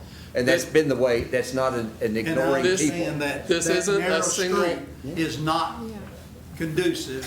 Thank you. For flow. Thank For you. a fire truck or a school bus. Yeah. Understand? Just understand, this is not a single, connectivity is not the only issue here we're concerned about. I understand. The multiple variances, multiple story apartments and townhouses are a major issue that we have. So I Thank don't want us to get bogged down into the one street connect. Yes, that's an issue, but it's not the only issue that we're concerned about. And I just want to say, we do listen to input from the public. We've listened 3 months, right? Many hours of testimony. We do it on every single development. It is not about what any of us up here, what our opinion on any matter is. It is about what the ordinances say and how we must comply with those. So when you say we don't take input into account, that's not true. We postponed, right, this from 2 months ago so that the developer could go back and look. There were some changes they were able to make. There was one change the staff said, no, you can't make it, right? They made the turn change. There's some things that we can change, some things that can't. But all that came from public input, because otherwise we would have been done 3 months ago. So understand, we do listen. There are certain things that we have leeway on, and there's certain things that we don't. So I'll just say But that. we're still talking about the same 3-story apartment Yeah, issues. yeah. So what's your number? Yes, ma'am. So I've got a couple different numbers. The first is Georgetown at large. So this is censusreporter.org. I believe they pull their information directly from the Census Bureau. And so within Georgetown currently, there's approximately 15,000 housing units across the city. Out of those 15,000 units, approximately 75% of them, what we would call single unit developments. And then the other 25% really is multifamily development. So 75, 25, approximately 1/4 is multifamily. We went back and took a look at the agendas for this year. Now, this is specific to preliminary development plans inside Georgetown city limits. Through those development plans in 2025, only 42 multifamily units have been approved preliminarily. Obviously, this would add to that number. The big multifamily preliminary developments that came through actually came through in 2024, near the end of that. And so in 2024, roughly 600 multifamily units were approved. And those were primarily associated with two projects. One was Georgetown Commons, and the other one, I believe, was the Limestone Farms project. Thank you. So that's 24, 25. How many single-family homes have we approved not been built yet? I didn't look for 2024, but in 2025, my ref count was 52. Thank you. What about the Finley Property Apartments? Corner of Connector Road and Old Oxford Pike? Redwood's been approved for some time. Yeah. So how many, and that's all, is that, That's a townhouse. they're all townhomes, Those but are they're, townhome style product. I believe there's 140, 139 of them. Okay. And they're just condos type thing. right. Thank Thank you all you. for doing that. Thank you. Yes, ma'am. I didn't sign in either. I'm sorry. It's Do you Casey swear or Warren. affirm? I do swear to affirm. And your name, please? Casey Warren. Casey Warren? Yes, sir. I live at 102 Clear Springs Drive. So I am very ignorant in the way this works, and I'm sorry for that. Casey, could you speak up a little bit, please? I'm pretty ignorant in the way that these work, so I am sorry for that, and that's why I didn't sign in. I wasn't going to get up and talk, but I just wanted to make sure. I have a couple of questions I think that might help other people, maybe who haven't been here for every single meeting. My husband said we have 5 kids, and some of our children have special needs, so I just wasn't able to attend. So if I understand correctly, there are variations that have been requested with this plan, like 8 or 9 variations, things like the agriculture buffer on the south side of the property line is being waived or something. They're not doing that. And then they're reducing the lot widths for the single-family homes from 55 feet or 255 feet from whatever they are supposed to be in that zoning, right? That's correct? If this plan is approved by you all, are all of those variations agreed to as well? Yes. Unless we make an exception.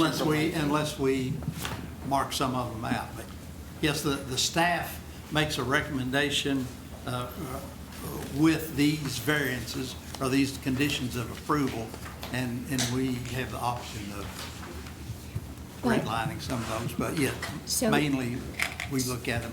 So with the business proposal earlier, there was one variation, and we had a great discussion about how we weren't, like that was a big deal. But this proposal has 9. Have the board members decided that any of those variations shouldn't be allowed? I mean, a lot of these variations, and I'm not a builder or in construction, but coming from just a common sense place, it looks a bit like just wanting to fit more houses in a set amount of property, which increases the value and what you're going to make as a builder and contractor. And I understand that people have to make a living, but we're really discussing these 3-story apartments like they're just absolutely necessary. But we're already making all of these variations to this zoning property to allow so many more houses in this area of development. And we're also a little bit concerned about the traffic. So I guess I would ask that you all would consider those 9 or 10 variations that are making more houses fit in there already, as well as the 3-story apartment buildings too. And Payne's Depot, is there any plan for widening Payne's Depot? Because they put the turn lanes in because they're wanting all this traffic to come out onto Payne's Depot, but Payne's Depot is a 2-lane road, right? Has that already been discussed in Mr. another Chair, meeting? if I may? Yes. Yeah. So, Miss, and to address other public concerns, starting off with the Payne's Depot widening, there are improvements and turn lanes expected to be made. The applicant has the exact specs on those. I could look through the record and pull them again, but yes, ma'am. Improvements will be made along their frontage at Payne's Depot. Granted, the single-family lots were already approved. Staff found and reported on previously, of the 65 proposed lots, only 5 of them requested smaller lot sizes, and those were just slightly essentially below the 6,500 and averaged out across the development. So they're not the entirety of the lots. Similarly, being with the minimum lot width, that was only, granted it was, granted in overall, only 5 of the home lots actually needed that flexibility. And that's typically because cul-de-sac lots, corner lots, things of that nature, where they still have the required buildable area and setbacks throughout. It's just, it does grant them, to your point, fair enough, some flexibility to be able to make use of lots that otherwise wouldn't be. I think overall, they were still in excess, right? When you looked Yes, at the when you density average they out could the have. entirety of the development, which is the intent of these plan unit developments, the expectation is that when you average it out across the entirety, that they either meet or exceed the minimum requirements. What were the which this minimum application requirements does. for this? Minimum requirement as zone standard, 6,500 square foot lot size. Average across the development is 7,900 square feet. So they exceed the minimum square feet on average by 1,400 square feet. There is not an average for the lot width, essentially it's just granted 5 lots. As it pertains to the ag buffer, they received a waiver from the property owner to the south in the expectation that it will develop in the future, and they're not currently farming it. But to speak to what is currently at hand, when staff evaluated the variance request as it pertains to the multifamily lots, and the commission has the record there, variance requests 1 through 3 pertain to the development style of the townhomes. Variance 1 request being reduce the front yard setback for these lots, specifically the townhomes. What that does is create an alleyway in the rear of the townhomes so that the traffic and the folks that live in the townhomes will not be pulling out into the main roads, exiting and leaving garages. There's a one-way street behind the townhomes that allows them to be what we call rear load. And as such, so then the townhomes are pushed a little further towards the main thoroughfare to allow for that rear load setup. The side yard setback and the minimum lot widths also pertain to the townhomes in the anticipation that they'll be owned independently. So the reduced side yard setback will allow these townhomes to be split down the middle. So when you create a new lot, when you have joined units, you typically don't have a side yard. So that's what that variance request would allow, is for these townhomes to be split into individual ownership. And again, the minimum lot width request for these lots also speaks to that. The request is for a 22 feet minimum. And again, the townhomes are shown each unit to be approximately 22 feet wide, 23 feet wide. So again, that variance would facilitate those individual lots be created so that each townhome could be owned individually. The reduced parking metric to 2.3 parking spots per unit essentially is averaging out townhome parking and the apartment parking. To be able to share parking, there's an expectation of 2.5 parking spaces per dwelling unit in a multifamily setting. So that just slightly drops it down, but again, there's some shared parking between the apartments and the townhomes. And the townhomes essentially have their own dedicated parking for the occupants with the garages. And then yes, the 2 that seem to be most discussed, again, is the increase of allowable height for the apartment buildings to 3 stories. There is some flexibility within the code in the R2 zone that for every extra foot a multifamily structure is away from the required setback, that they may request an additional foot in height. This application does meet that criteria. Granted, it still does have to be considered They have met that expectation that if you request an extra foot in height, you must be an extra foot even further from the minimum setback from the property line. I don't have the exact number right here. I'm sure I do if I flip, but I don't want to think and talk at the same time. I'm not great at either or. So they have met that expectation there. Number 6, increase the number of allowable units per building in the R2 zone to 60 units per building.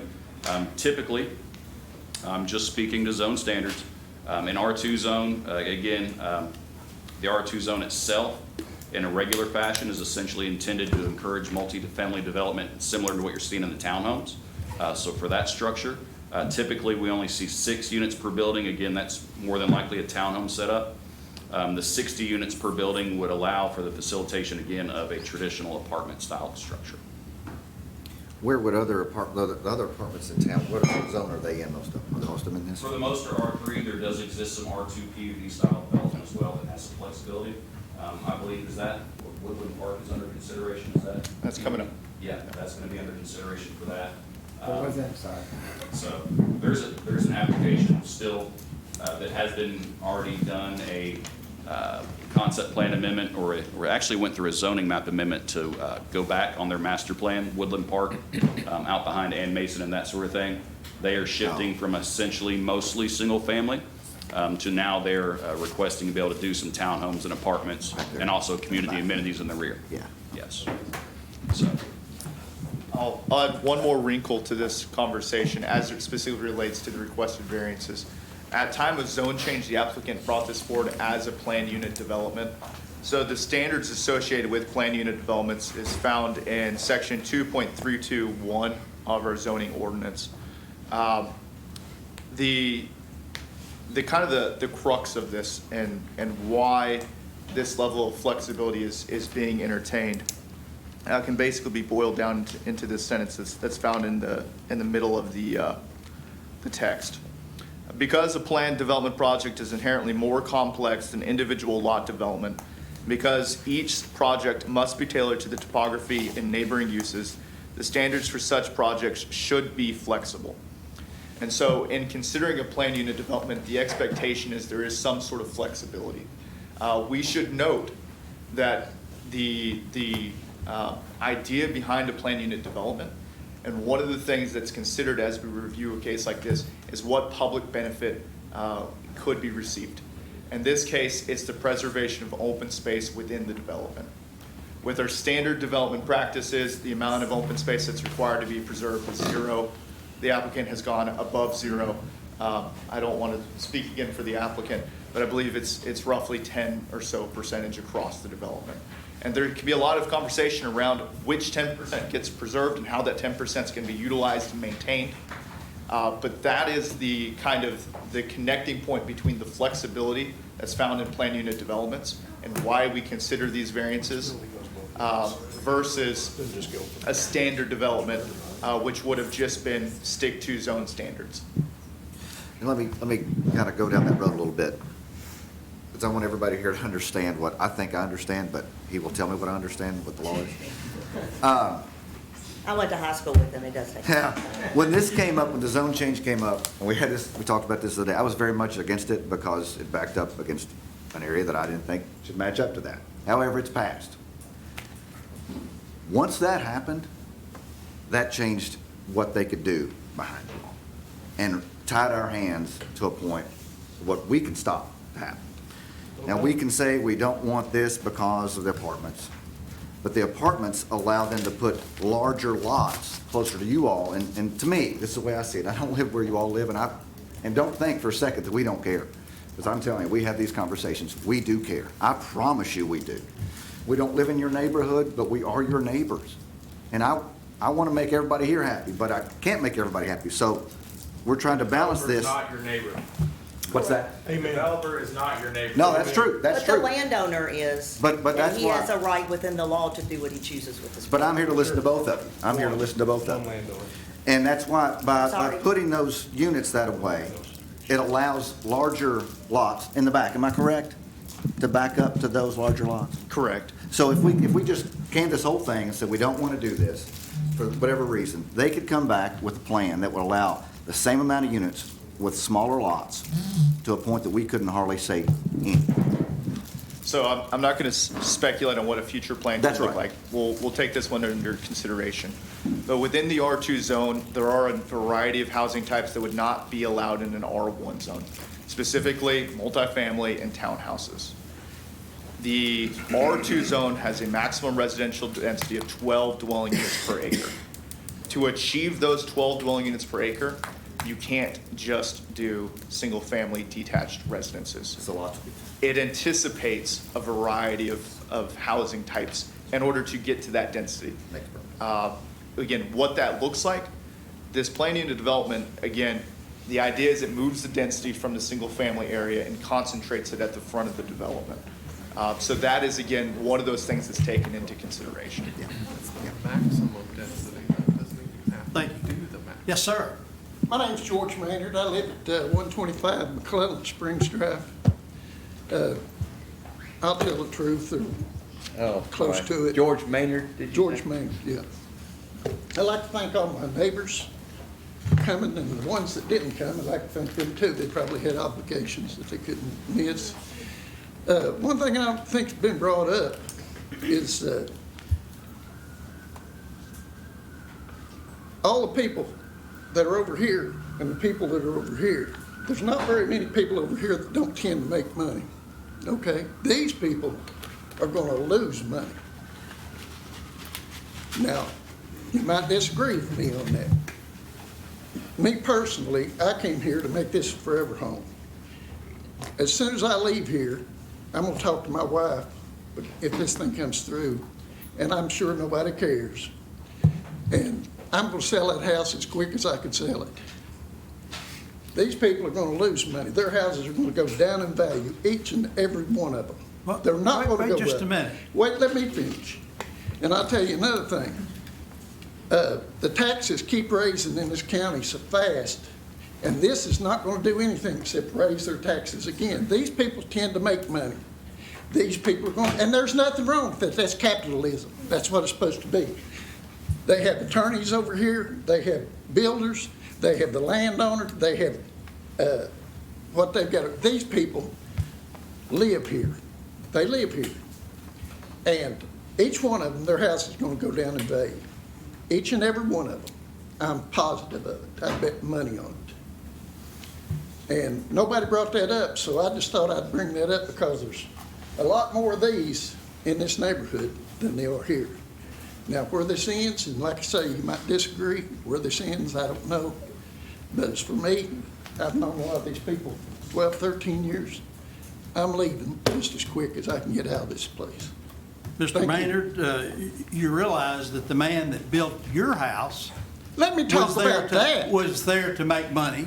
And I said that, I understand that. Okay, and could you please, have you talked with the PVA I haven't or talked to anyone none of else these people. you made a very brash statement All right, why don't you tell me what it was? that every one of these people's houses are going to go That's down what's in good. Does value. anybody disagree with me on this? So can you point that out to me, or is it just an assumption? Well, let's see, I guess. Those buildings on the screen here, those are what is gonna cause the property values to go down in our neighborhood. No, wait. The appearance of apartment complexes in and around the neighborhood immediately dropped the interest, and people want to purchase those homes, because if they wanted to live in an apartment complex, they would have lived in an apartment complex. They want to live in a neighborhood with single-family homes, not in apartment complexes. And now let me do one more thing. When Yes, I sir. said this there, but does any of you agree with me? I would say no. Am I wrong? That- Sorry. Mr. Mayor, they're going to get up and tell us everything here in just a minute. We're going to let all of you Well, all. I was just asking a question like they Yeah, asked here. and then they're going to answer. I'm just saying they have a different opinion as these folks, but there's a whole lot more of these folks, and every one of them is worried right now. Okay, thank you. Thank you. I did I'm not. already No, do they this. haven't. You're welcome. I made your job a little bit easier. You asked not to rehash, and I'm going to try not to do that, but I would kick myself if I don't come up here and I'm speak. sorry, did you give your name? Kelsey Brockman, Thank you. 108 Spring Bluff. We've talked enough about traffic, and I do think it's kind of funny. There was a comment at the very beginning about making a joke about how drivers, like very young truck drivers, can't make a turn. I'm nervous about 16-year-olds. I have children, very little children, that are always out on the street. The bigger part, we can talk about that all day. We already have. I'm losing my community. I truly have no family here. And when I tell you, my girls will go up and they are on their bikes and they wait for the little chirp of a Ring camera so that they can have a voice memo. Let them believe that that's what they're doing to their neighbors because they just want to say hi. That is up the street, down the street. They go and they run the street because they act like that they are doing the Findlay 5K because we do that. This is our community. I run every day. I am not joking, every day. I know what dogs are off leash that will come and greet me and which ones are unfriendly. When you triple, quadruple, times 12, I don't know those people. They can be the best people in the world. I genuinely would love to be their best friend. I can't. I don't know the people that my kids can go and ride their bike and get their Ring Zoom camera for my girls to say hi. I can't go down the street and run at night or in the morning and know that when I am going through the apartment complex that there is not someone who maybe is a pretty bad driver is not going to be hitting me. I can't guarantee that my community is not going to put their houses up for sale. I just joined the Facebook page. Like, guys, you're taking away my Facebook page. But it's going to be different. It's a community that we love, and we are here because we love it. And I really am asking for you to reconsider because, yes, my kids, they deserve a community, and I can't make friends that fast. Thank you. Thank you. Do we have? I'm just very quick. First, I want to say thank you to you guys because I know that your job is not easy. You do stand in the middle of trying to make a hard decision. And I appreciate that you are listening to us. I can tell just your body language even. And I also appreciated sharing about all the variances and how all that came about. That really helped me understand. I guess I'm asking on behalf of us that you would consider the variance to the comprehensive plan and not allow apartment complexes in that area. That you would, while you gave, was it 8 or 9 variances that they've requested and most of them have gone through? It's 6 for the multifamily, 3 pertain to the townhouses in particular. So I'm not sure if I even have the ability to ask for a variance, but I'm asking for a variance to the comprehensive plan that you would not allow the apartment complex to go in because this is a very unique situation with the roads, the way the traffic flows in all those places. And anyway, I do appreciate you guys. I know it's a hard job. Jim, Thank you don't have to ask for a variance for the comprehensive plan. The comprehensive plan is a guideline. Yeah. It's not set in stone saying you have to do this and this like a state statute or something. No, and that's, I feel like from you guys that you guys have had this, it gives you some idea where to start. Yeah, But you guys are a exactly. body that That's what can, yeah. Yeah. I know, I was more making a play on the words than. Right. No, actually, I appreciate the chairman, Charlie, making that, because we have heard over and over again that it's not a guideline, that we have to do this. Yeah. So thank you, Charlie. Yeah, For yeah. clarifying that. And actually, one of the attorneys also, he didn't have to do that, stand in front of everybody here and said it is a guideline. Yeah. So thank you. Yeah, no, I appreciate you guys. Thank you. Glad to see you again, Michael. Good. Well, I just want to speak to the facts of the apartment. This complies with the intent of the zoning ordinance and squarely aligns with the comprehensive plan. You look at Payne's Depot neighborhood plan in the comprehensive ordinance, it is squarely within the circle for the neighborhood center that's planned for that. The comprehensive plan was it took community input when it was put in, and all we're asking for is some limited flexibility on the townhomes, and mostly on the townhomes and a few for the apartments. The 6 apartments for building is a very antiquated way to build apartments. We feel it'll be managed a lot better with the 60 units and less buildings. And this is the common sense approach to the community. It's a community approach as stated in the comprehensive plan, and that's how we feel. And we'll answer any other questions. In the workshop, we kind of discussed the elevation of the apartments, if you had any possible ways to Yes. see the view of that. Brett, or Elise, can we get my PowerPoint or my flash drive pulled up again?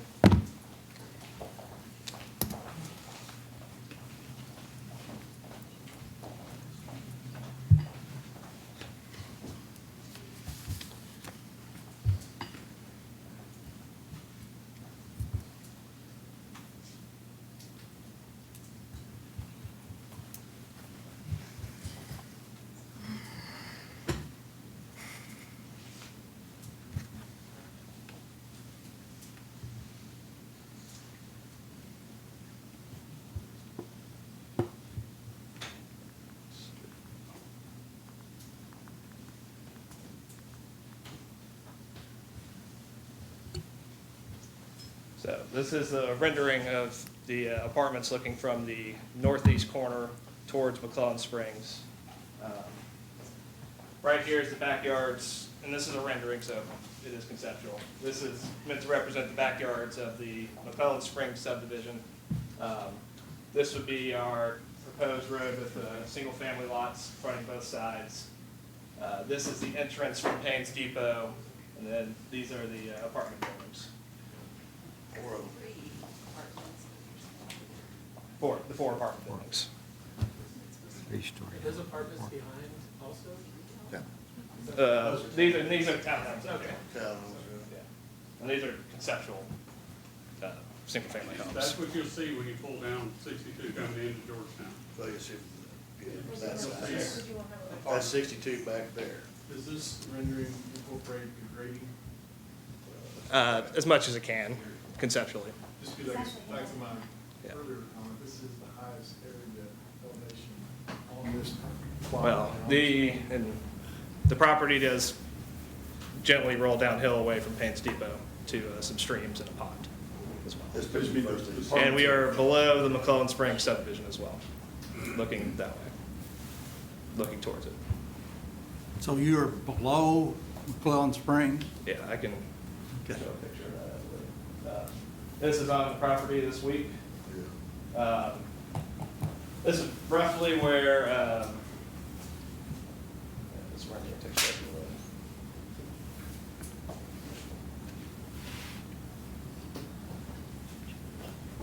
We're roughly right here in the middle of this apartment looking towards McClellan Springs, the tree line here. So you can see they're actually sitting above the property slightly, but there's an existing tree line that we will maintain as well. How tall are the apartments? The other 3 plan stories. had the grading on it, it showed the peak. Right. 42 to the top of the roof, 30 to the. Very much. Can we ask questions, or how does that work? No? Do you have a view of the property coming from, like, the 64 side of Payne's Depot? I don't think so, no. We just have that one resolution. This one's more favorable for you all, I would say. Good question. You know, that would be something for the staff for, in the future, a map with elevation changes in it. Yeah, that would be helpful.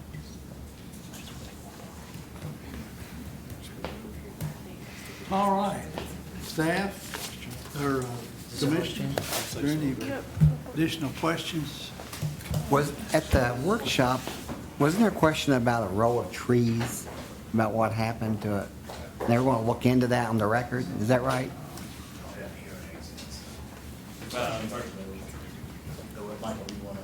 Are you asking about what happened at Ward Hall in McClellan Springs? At the workshop, somehow that came up, and I was just wondering where that all went. I'm not sure it applies to this Okay, project all at all, right. but. It was just came up at the workshop we were at. Well, it does with Mitzi King, is that what you're talking about? It does, because she was trying to say that they don't follow through. Yes, sir. Right. I just didn't know how that came up about, we were talking about this development, someone was talking about. I think he brought it, I think row Mr. of Barlow trees. brought it up because it came up in public comment a couple of times ago. Yeah. Well, About the trees. As I said in the workshop, there will not be any new utilities in the backyard of the single families. All the utilities are in the front yard or in the street. And so and those trees, I believe, are actually on the homeowner's property. It's right, very close to property line. So. Okay. All right, thank you. I just, Yeah, I just have one comment. Could you bring up the rendering one more time, please? Thank you. I know the chairman, he brought up the mark and as an example of an apartment complex near the area around Kroger. It's pretty nice looking. I just want you to look at those apartments. Those seem pretty antiquated. And compared to the mark, I mean, I used to live in college. I used to live in apartments. I know how it is. And I just want to say the mark looks much more exceptional. I don't mean to hurt feelings or anything either. But And they said this is just a rendering. This isn't what the apartments are gonna look like. Okay. It's not gonna look better. He has a picture of what they build, and he says that he's proud of their product. If you want to pull that picture I mean, up, I just saw it. We're proposing a lot of brick, not so much vinyl siding. I wouldn't exactly call that nice. That's an opinion. yeah. Was the workshop public? Yes, sir. Can you leave the picture of the apartments up? Sure. Chris Hoskins for the applicant.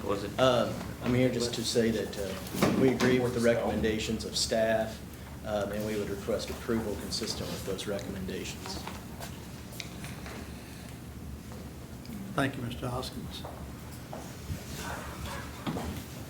All right, commission, do you have any other questions? We got one more speaker. in our, if we wanted to propose something, could we do other than what's been submitted here, other uses of this, or is it just a yes or a no? Can we put a proposal for an alternative for approval?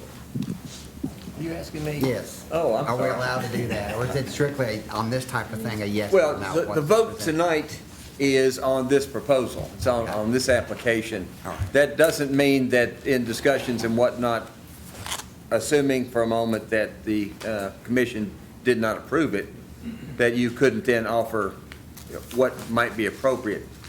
But I do want to remind you, in order to say no, since this is accordingly consistent with the plan, consistent with the zoning and so on, we would need to have some good reasons to turn it down. We can't just simply, we don't like this, I vote no. We need to have good reasons on the record. I have another question. So, once again, correct me if I'm wrong. So did we vote on the single family already? I think so, yes. Yeah, So phase is the one. connectivity part, we've already voted on? The connectivity is to McClellan. But that's what But the it's in single, the single single family. family. That's where the single Yeah, family. That's what I'm well, asking. yeah. Is that already done, or? I guess so. If that's part of the single family, then yes, it was. That's what we've talked I about all night. I haven't Sitting here studied going, that, so I don't know. We've already done the single family.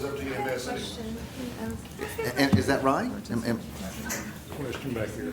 So obviously, this plan was originally proposed as one project. Yes. Anything done on this front half of the property is going to affect the back half. And so I still think it's a valuable conversation to have. Okay. If you're making motions and recommendations, if you wanted to bring up that as it relates to the multifamily, you could.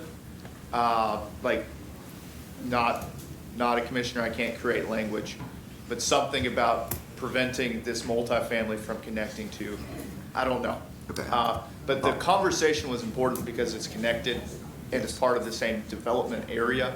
Yes. But yes, the subdivision plat that was preliminarily approved has been approved with the understanding that that single-family development will connect to the additional adjoining single-family development. And even if we said no connection, emergency services has the last say so? I mean, or do we even have the purview to say no connection? No, they just advise us. Okay. Yeah. And it's their I don't want to say policy no that we've connection and then adopted somebody can't years get a ago. fire truck to their house, right? I mean, I don't think so. yeah. Yeah. Either going in this instance or Yeah. going in McClellan Yeah. Springs. Just not going from McClellan Springs To, over, right. because that road is too narrow. part of the consideration for the connectivity, and Elise, correct me if I'm wrong, is it with multifamily and a mix, is it more than 150 dwelling units must have two? Or is it 100? Either or, this development exceeds both metrics. In the interest of providing connectivity, the one to McClellan Springs is the most immediately available, both as far as the phasing of the development goes and the fact that the stub exists, is the biggest reason, or one of the reasons that staff essentially had to advise against that allowance, is that connection exists. Development standards require connectivity of at least two once you cross the threshold, or 100 or 150, depending if it's single or multi, and we have a mix here. So that's a lot of the bearing on that connectivity, is it exists. And that would be the most readily available to accomplish those requirements and potential safety issues. Because the developer came to you all and said, okay, let's just take out the connectivity, but then that was you all saying, no, we have to have that connectivity. Right, they brought it before us. It went briefly, through Ann Willett at the fire, but it's not a formal Right. TRC, nor was it a formal application. I will say one thing, and I said this all the time when I was on with 1, 2, 3, 4, 5, maybe 6, I don't know if Harold was on with me or not. The P is for preliminary. Right. So while things have been approved as far as variances, dimensions, et cetera, there still can be some flexibility throughout the final development plan process and final subdivision plat process. That being said, the amount of flexibility is not much because then it triggers it to come back. So if we made a motion theoretically that said, I just want to understand the process. If we made a motion theoretically that said, approve, but without the connectivity, what would happen? That would probably constitute an entire new submittal that needs to be reviewed by all service providers, as there was not even a scenario of that nature considered in a formal manner. I think that would go entirely against the process and the intent. And again, never want to plan on the fly. But because of those connection requirements for multifamily and single-family developments, in essence, by saying that one connection is sufficient, you would be implying a granting of a variance to a different regulation that we have not reviewed at all. Again, as our attorney, Mr. Perkins, pointed out, it has been the policy from staff's perspective to provide as much inter-neighborhood connectivity as we can from both a legitimate planning perspective as well as a health and human safety perspective as well.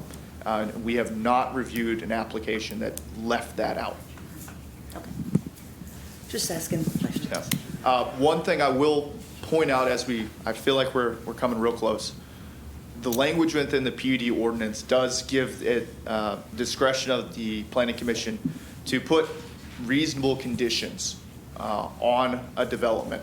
And so while staff has proposed a list of conditions associated with this development, if there are other conditions in line with tonight's conversations, because this is a plan unit development and because they are asking for these variances, it is within the authority of the board to apply said conditions. Such as the height of the building? So in this situation, the height of the building is one of the variances that has been requested. And so the Planning Commission as a body could vote to simply not allow that specific condition. That would not be an additional condition because the zone standard is already 2 stories in height maximum. So it would be a 2-story building instead of a 3-story building. Is that what you're saying? Could be? What I'm saying is the area and dimensional chart for the R2 zone allows by right 2 stories. And then there's an asterisk that says that height may be increased by 1 foot for every additional foot of setback that the building has. Okay. So it would change the setback of the building? Yeah. Well, It would allow it to move It would allow back. it It to wouldn't move. require it. It doesn't require it. The same thing by saying, it's a 2-story maximum does not mean that every building that is built has to be built to 2 stories. Your question specifically, though, is could you put a condition to limit it to 2 stories? I would not do that. I would simply take a vote on the height variance that they've requested. So you're not putting something new on there. you're reviewing that specific variance request. Charlie, did I get that right? Well, I think so. I'll reword it and then, but I'm pretty sure you're right. In effect, but first off, I wish we'd stop using the word variance. These are not variances. Part of the PUD process is give and take to get the best development, and according to the zone change, which says it's a PUD. These are not variances. But regardless, one of the things they're asking for specifically is the 3-story.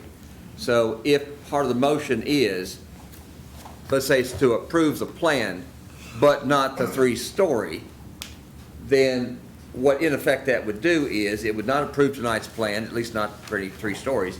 They would then have to come back to show you whatever the alternative is to replace the 3 stories.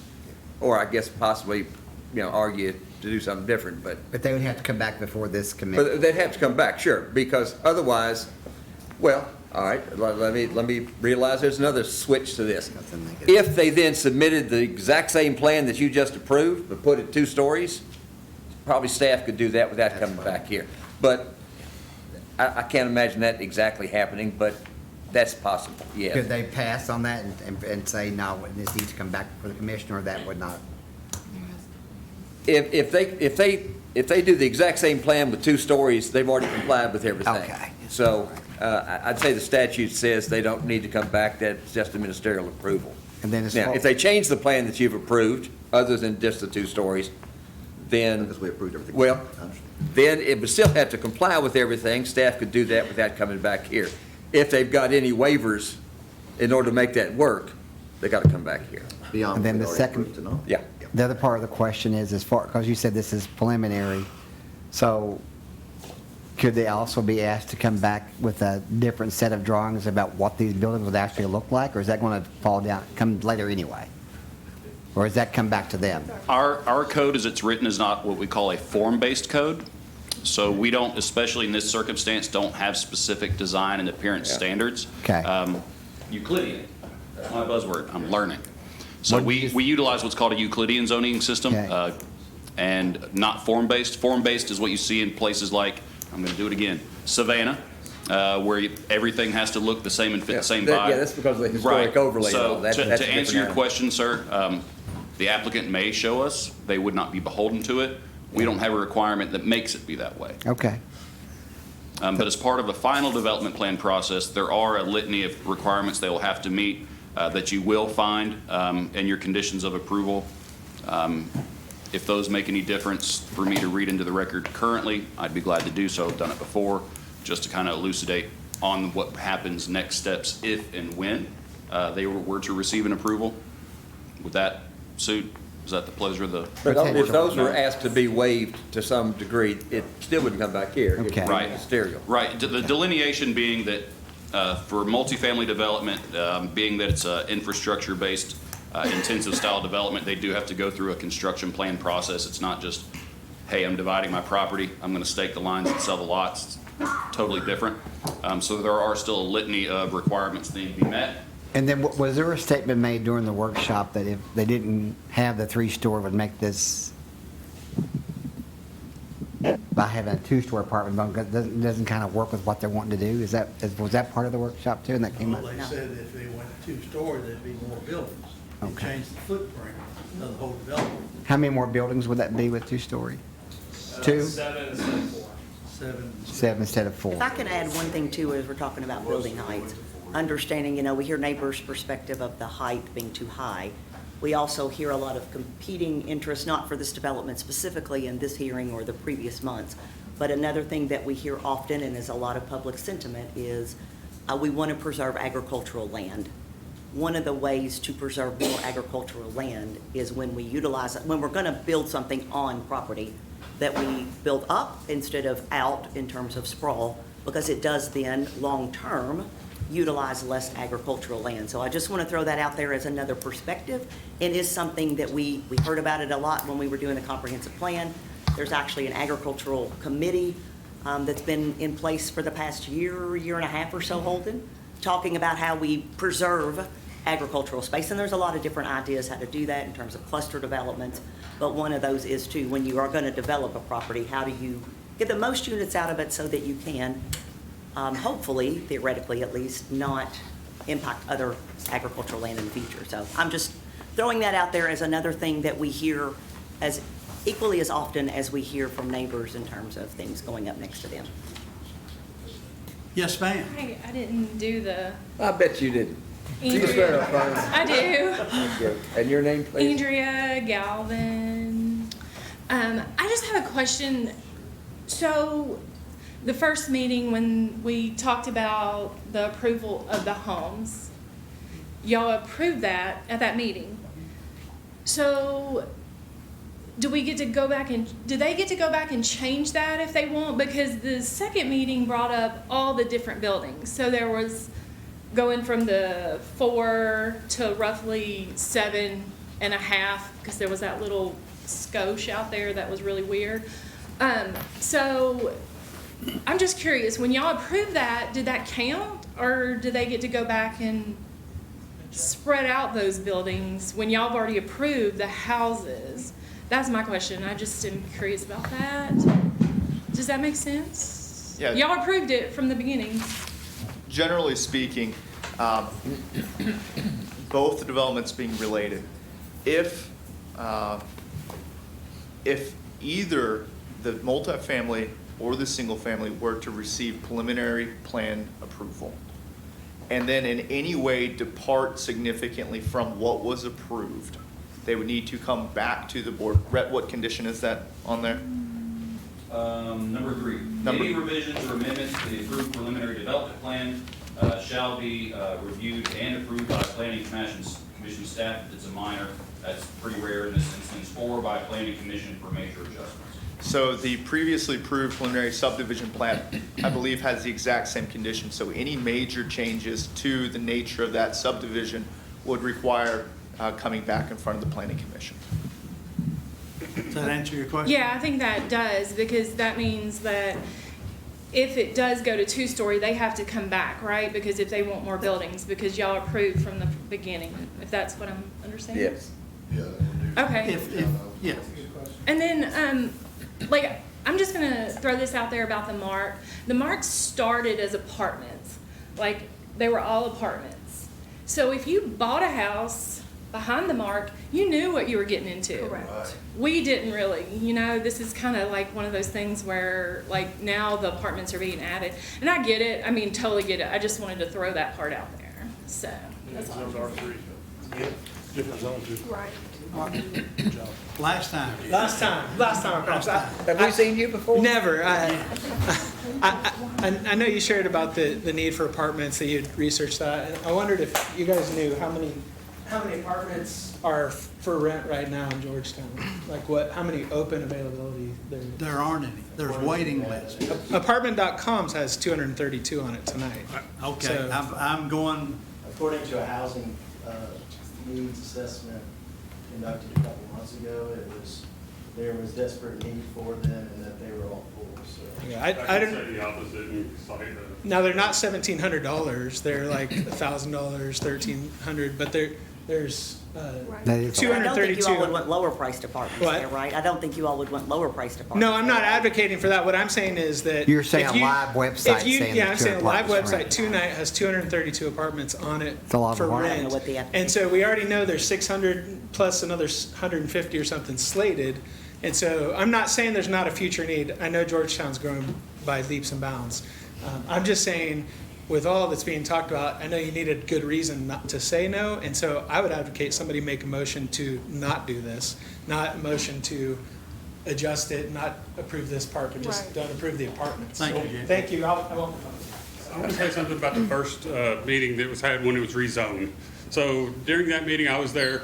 Mr. Green, you were adamant. You seemed like you didn't want it to be R3, and then Ms. Singer, you established, well, we can't look at this plat and determine how we can rezone it because this plat might not even be the same then.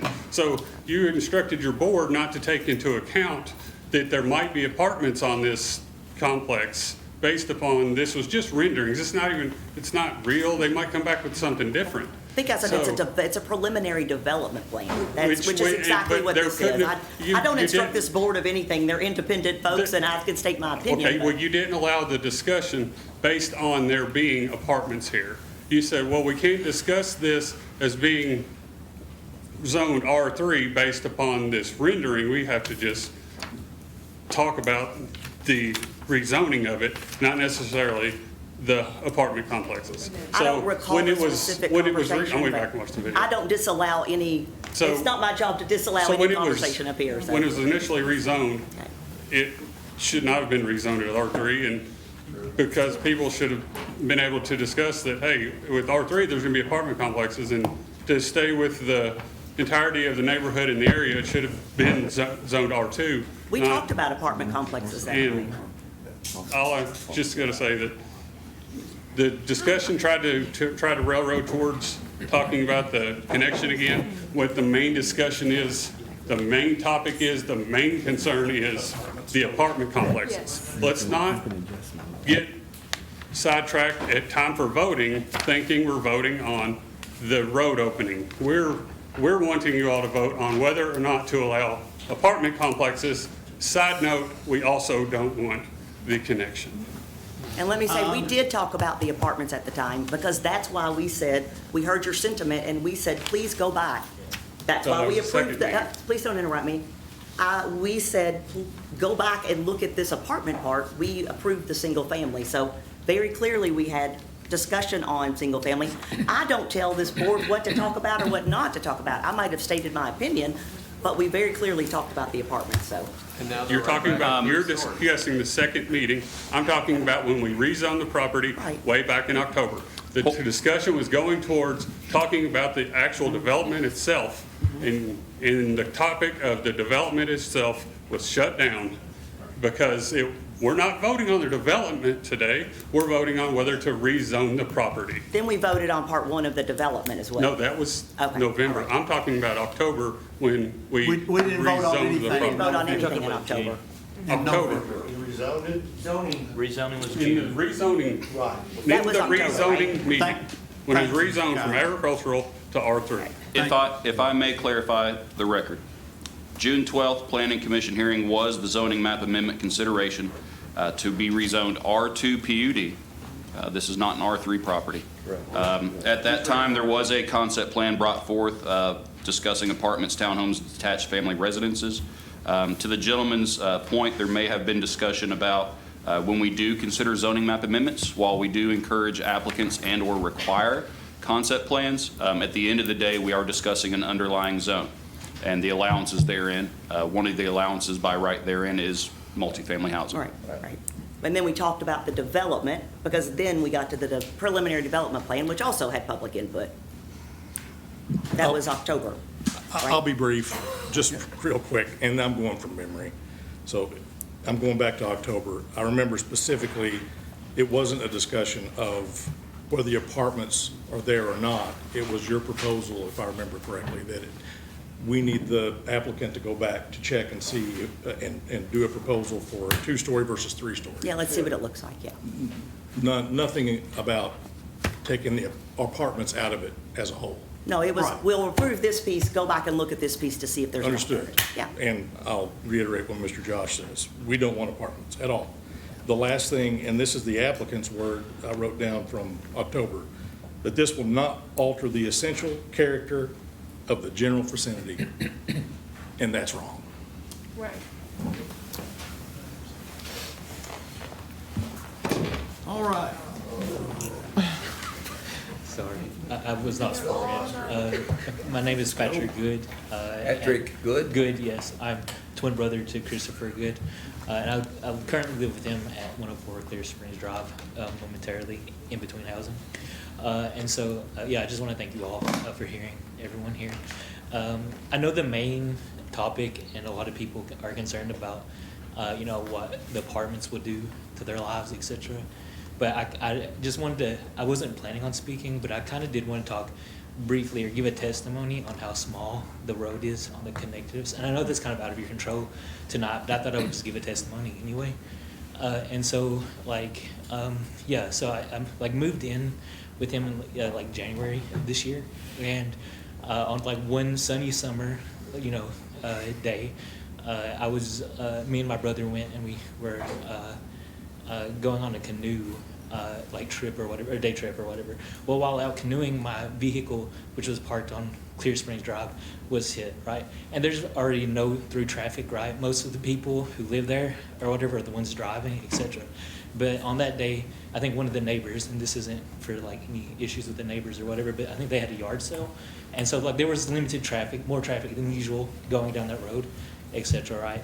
But somehow my vehicle parked on that road, which is a very narrow and small road, having to get hit or whatever. I wasn't there or whatever, but I think a lady driving a large like van or larger vehicle or whatever was just backing up and rear-ended me or whatever. So like as far as the impact or whatever, no one really talked about the impact of letting, like today there's not been like at least a testimony or whatever about like public impact of like people traveling on that road. But like there's already hardly any traffic on that road. And yet there's still like an impact to me as my vehicle, right? Now, luckily, I don't have to. Went through insurance, et cetera. Didn't have to pay for the repairs, et cetera. But I was impacted, right? And I think like more traffic on that road wouldn't impact others and potentially like other kids' lives, et cetera. And while I have lived here just a short period of time, I've noticed, the amount of kids who live on that street and are playing, et cetera. And I think it's brought a lot of joy into my life because I don't. At this point, like I'm not. I owned a house and sold it recently, and that's why I'm in between. And honestly, speaking on both sides, like as far as the townhomes and like this stuff, I've thought about like, oh, if there was like a townhomes on the other side of that street, I might would be purchasing it. But also, I can't sit here and stand like and say that I would want connectedness. Yes, like that would be like biased, but that road is so small that even if I was to purchase a townhome or was interested in purchasing a townhome, I wouldn't want that connected so that I could be with my family or whatever, because that road is so narrow or whatever. So even though it's against my own interest of being able to just walk straight there or whatever, if I was to buy a townhome on the other side of it, I think it would serve like the neighborhood a disservice by connecting it. And that's kind of just what I wanted to speak on. Is there anything that can be done about the size of the road, the narrowness of it? I mean, it's something that I'm purview on. No apartments. For the record, that street is 26 feet wide for the plat, and what measures on aerial and stuff. An average, a school bus is 8 feet wide. Cars are typically 6 to 8 feet wide, depending on how big your truck is. There's parking on one side of that road to allow two-way. It's my guess that people are parking on both sides. Yeah. Is that correct? Yes. It's 26 feet. That road is not that wide. I know what your information says, but that road's not that wide. In the first meeting, I actually had dimensions that I gave to you all. It might be on recording. I looked back at the meeting minutes, it wasn't captured. So just showing or saying that I did it, it was not 26 feet. Thank you. No chance. Not it. The main path, not Clear Springs. I have to put my trash cans on the hellscape, so it's not 26. All right, thank you. Well, I'm gonna, if you're ready for a motion, I'm ready to make a motion. Going to close the public hearing. Okay. We didn't have a public hearing. Oh, that's right. Good. Then what would it have been like if we had one? Right. Okay. I thought, I was looking to see if I missed it. It's not a public hearing. That's amazing. Thank goodness. I hate to have to do this all over. Yeah, right. Yes, sir. I'd like to make a motion on PDP-2025-45 Sharp property of denial because of public safety.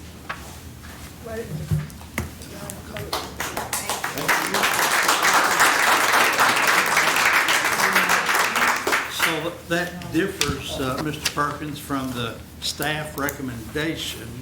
So, Yeah, I would. Based on all the variances as contributing to also public safety issues. so, I mean, I understand the motion, but what can you be a little more specific?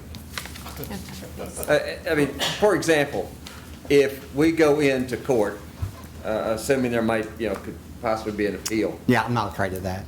So. Well, I'm not afraid of it, but I want what satisfies the judge. And what satisfies the judge is we have specific reasons for turning something down. Because the basic assumption is going to be, it matches the zone, it matches the plan, it follows the regs, and we've got our own staff saying it does all that. Then we need to have a specific reason why, basically we're saying they're mistaken. For this reason, it is not appropriate, and a judge can look at that and say, well, that is a good reason. Because if we've got a good reason, the judge is going to uphold us pretty much every time. If it's too general a reason that sounds a lot like, I just don't like it, we're not going to win that one every time. And that means we then have to come back and So do all this again. how do you suggest I reword that then? Well, for example, if it's about traffic, then describe what that is. If it's about numbers of some sort, then describe why those numbers are out of line. If it's because of third story, for example, then it's out of character. I think that's been mentioned a couple, 3 times. That adds to the traffic of already a bad situation. I mean, just those kinds of specifics. Okay, you want me to just add all that whole sentence just right now then? Because I can do that. Yes, sir, I do. In fact, I'd even like it better if you added even more than that. Well, can we like take a bathroom break first and then come back? I have notes. That's up to the chair. As far as I'm concerned, yes, sir, if that gets me a better motion. Yeah. I've had another request for a I have, but at this bathroom point, break. I just soon go ahead and trudge through. But we've got I've waited 2 2.5 hours, so. Do you want to go forward? I mean, we should be able to Do you make a need motion and bathroom vote, right? break And in order to reword your motion? No, Okay. I'm going to trust our attorney, because you've done this several times for us, that, you know, and I brought up about the height of the building already as part of that, which changes the character and safety of that neighborhood, the number of people within each building. So, additional traffic. You're the wordsmith, you're the attorney, so that gives you enough words to fill in the blanks. Well, when you say traffic, I would prefer that to be much more specific, such as traffic on Payne's Depot is currently unacceptable, and the addition of this many multifamily units without current plans for improving the road other than turn lanes. Yeah, that, also, then we could also say that there are other, well, can't put that in there, but there are other areas in town where they keep waiting that roads are going to be improved and they have not happened. So I don't think we can count on when that's going to happen. So in between the time of that happening, all these people and their kids that are here tonight are going to be exposed to unsafe conditions. Thank you. So that should give you plenty.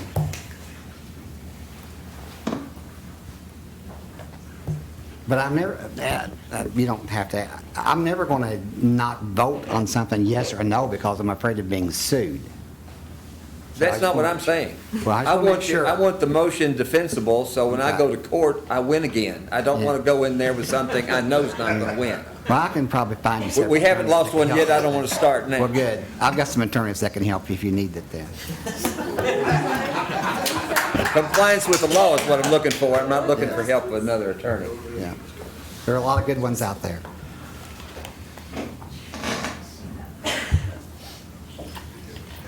Let's go. All right, so you've got these points. The additional height to the apartment building changes the character of the neighborhood. Traffic on 62 is already deficient. There are no plans in the works other than their turn lanes to improve that. We also have other streets with plans that are already approved and they're not getting implemented. Have been there for years. Been there for years. Anything else? I think that covers it. just to clarify, this was the improvement was by the developer, right? Not the, yeah. Yeah. So I don't know that that one would apply necessarily. Well, no, we're talking street plans, not their turn lanes. We're talking, there are no plans. Depot. There are no plans to improve Payne's Depot. That's just their turn lanes is what they're talking about. Second. Who seconded? Who Couldn't hear. David, was that you? Brad. Oh, Brad.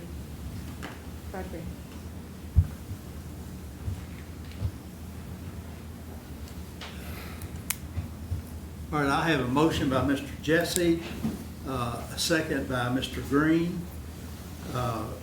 Mr. Jesse? Yes.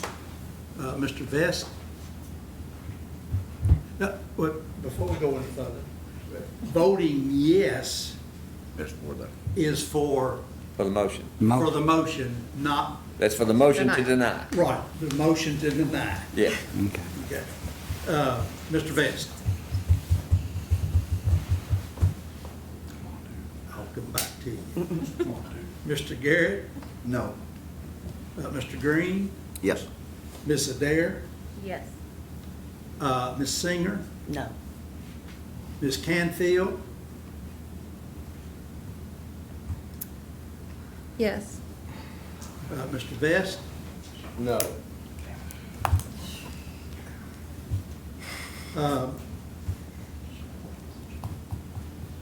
Mr. Stone's not here, if we got everybody. And the chair votes yes.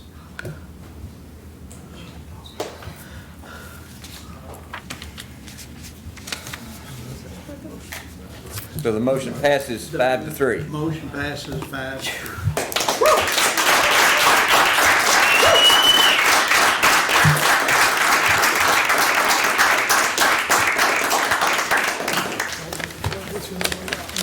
Let me say something before we adjourn. Mayor Tom Prather appointed me to this commission 8 years ago. I sold cement in the construction industry for 35 years.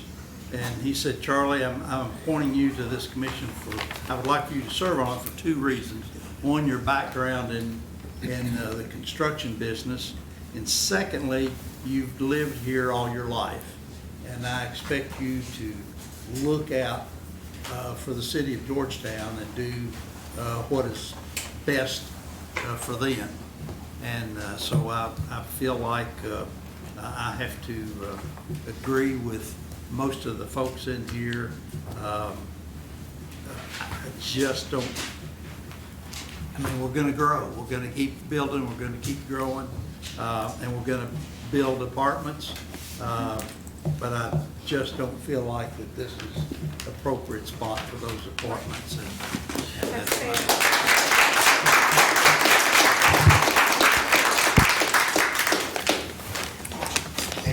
Thank you, guys. Thank you. Thank you. Thank you. We've got 2 other items. We need to approve the 2026 application and meeting schedule that we discussed.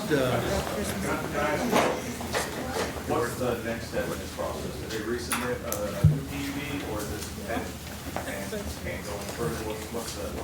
I mean, they could always come back with another. Oh, yeah, they can submit a new plan. Can it look exactly the same? No. Thank you. That's the great, it cannot look the same. You're saying it cannot. Thank you very much. So we've got application for the next year. Meeting dates. Meeting dates. We have to approve that. Yeah. Again, we've prepared a schedule for the planning commission for 2026. I believe you have that in front of you. If this is to the board's liking, we'd like a motion and approval of that. The one note that I'll say again, that first meeting in January has an overlap with the Scott County Board of Adjustment meeting. Theirs is at 5. You guys' meeting is scheduled for 6. There should be enough time to put those together, but in the event that there's a conflict, if that gets too large, we'll push them to another venue and we'll notice appropriately for that. I'll make a motion to approve the meeting dates for 2026. I'll second. I have a motion and a second to approve the application and review deadlines. All in favor say aye. Aye. Any opposition? All right. That's all. Okay.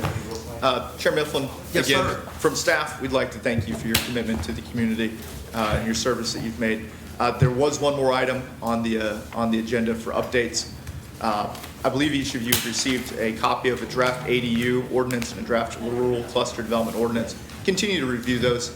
The other things, Commissioner Jesse, I'm looking at you specifically. Last year, there's some conversation about going out to bid for our yearly audit. We've gone out to bid for that. We'll receive those final bids later this month. So far, of the number of firms that we've reached out to, the only one who's responded was the one who had previously done our audit.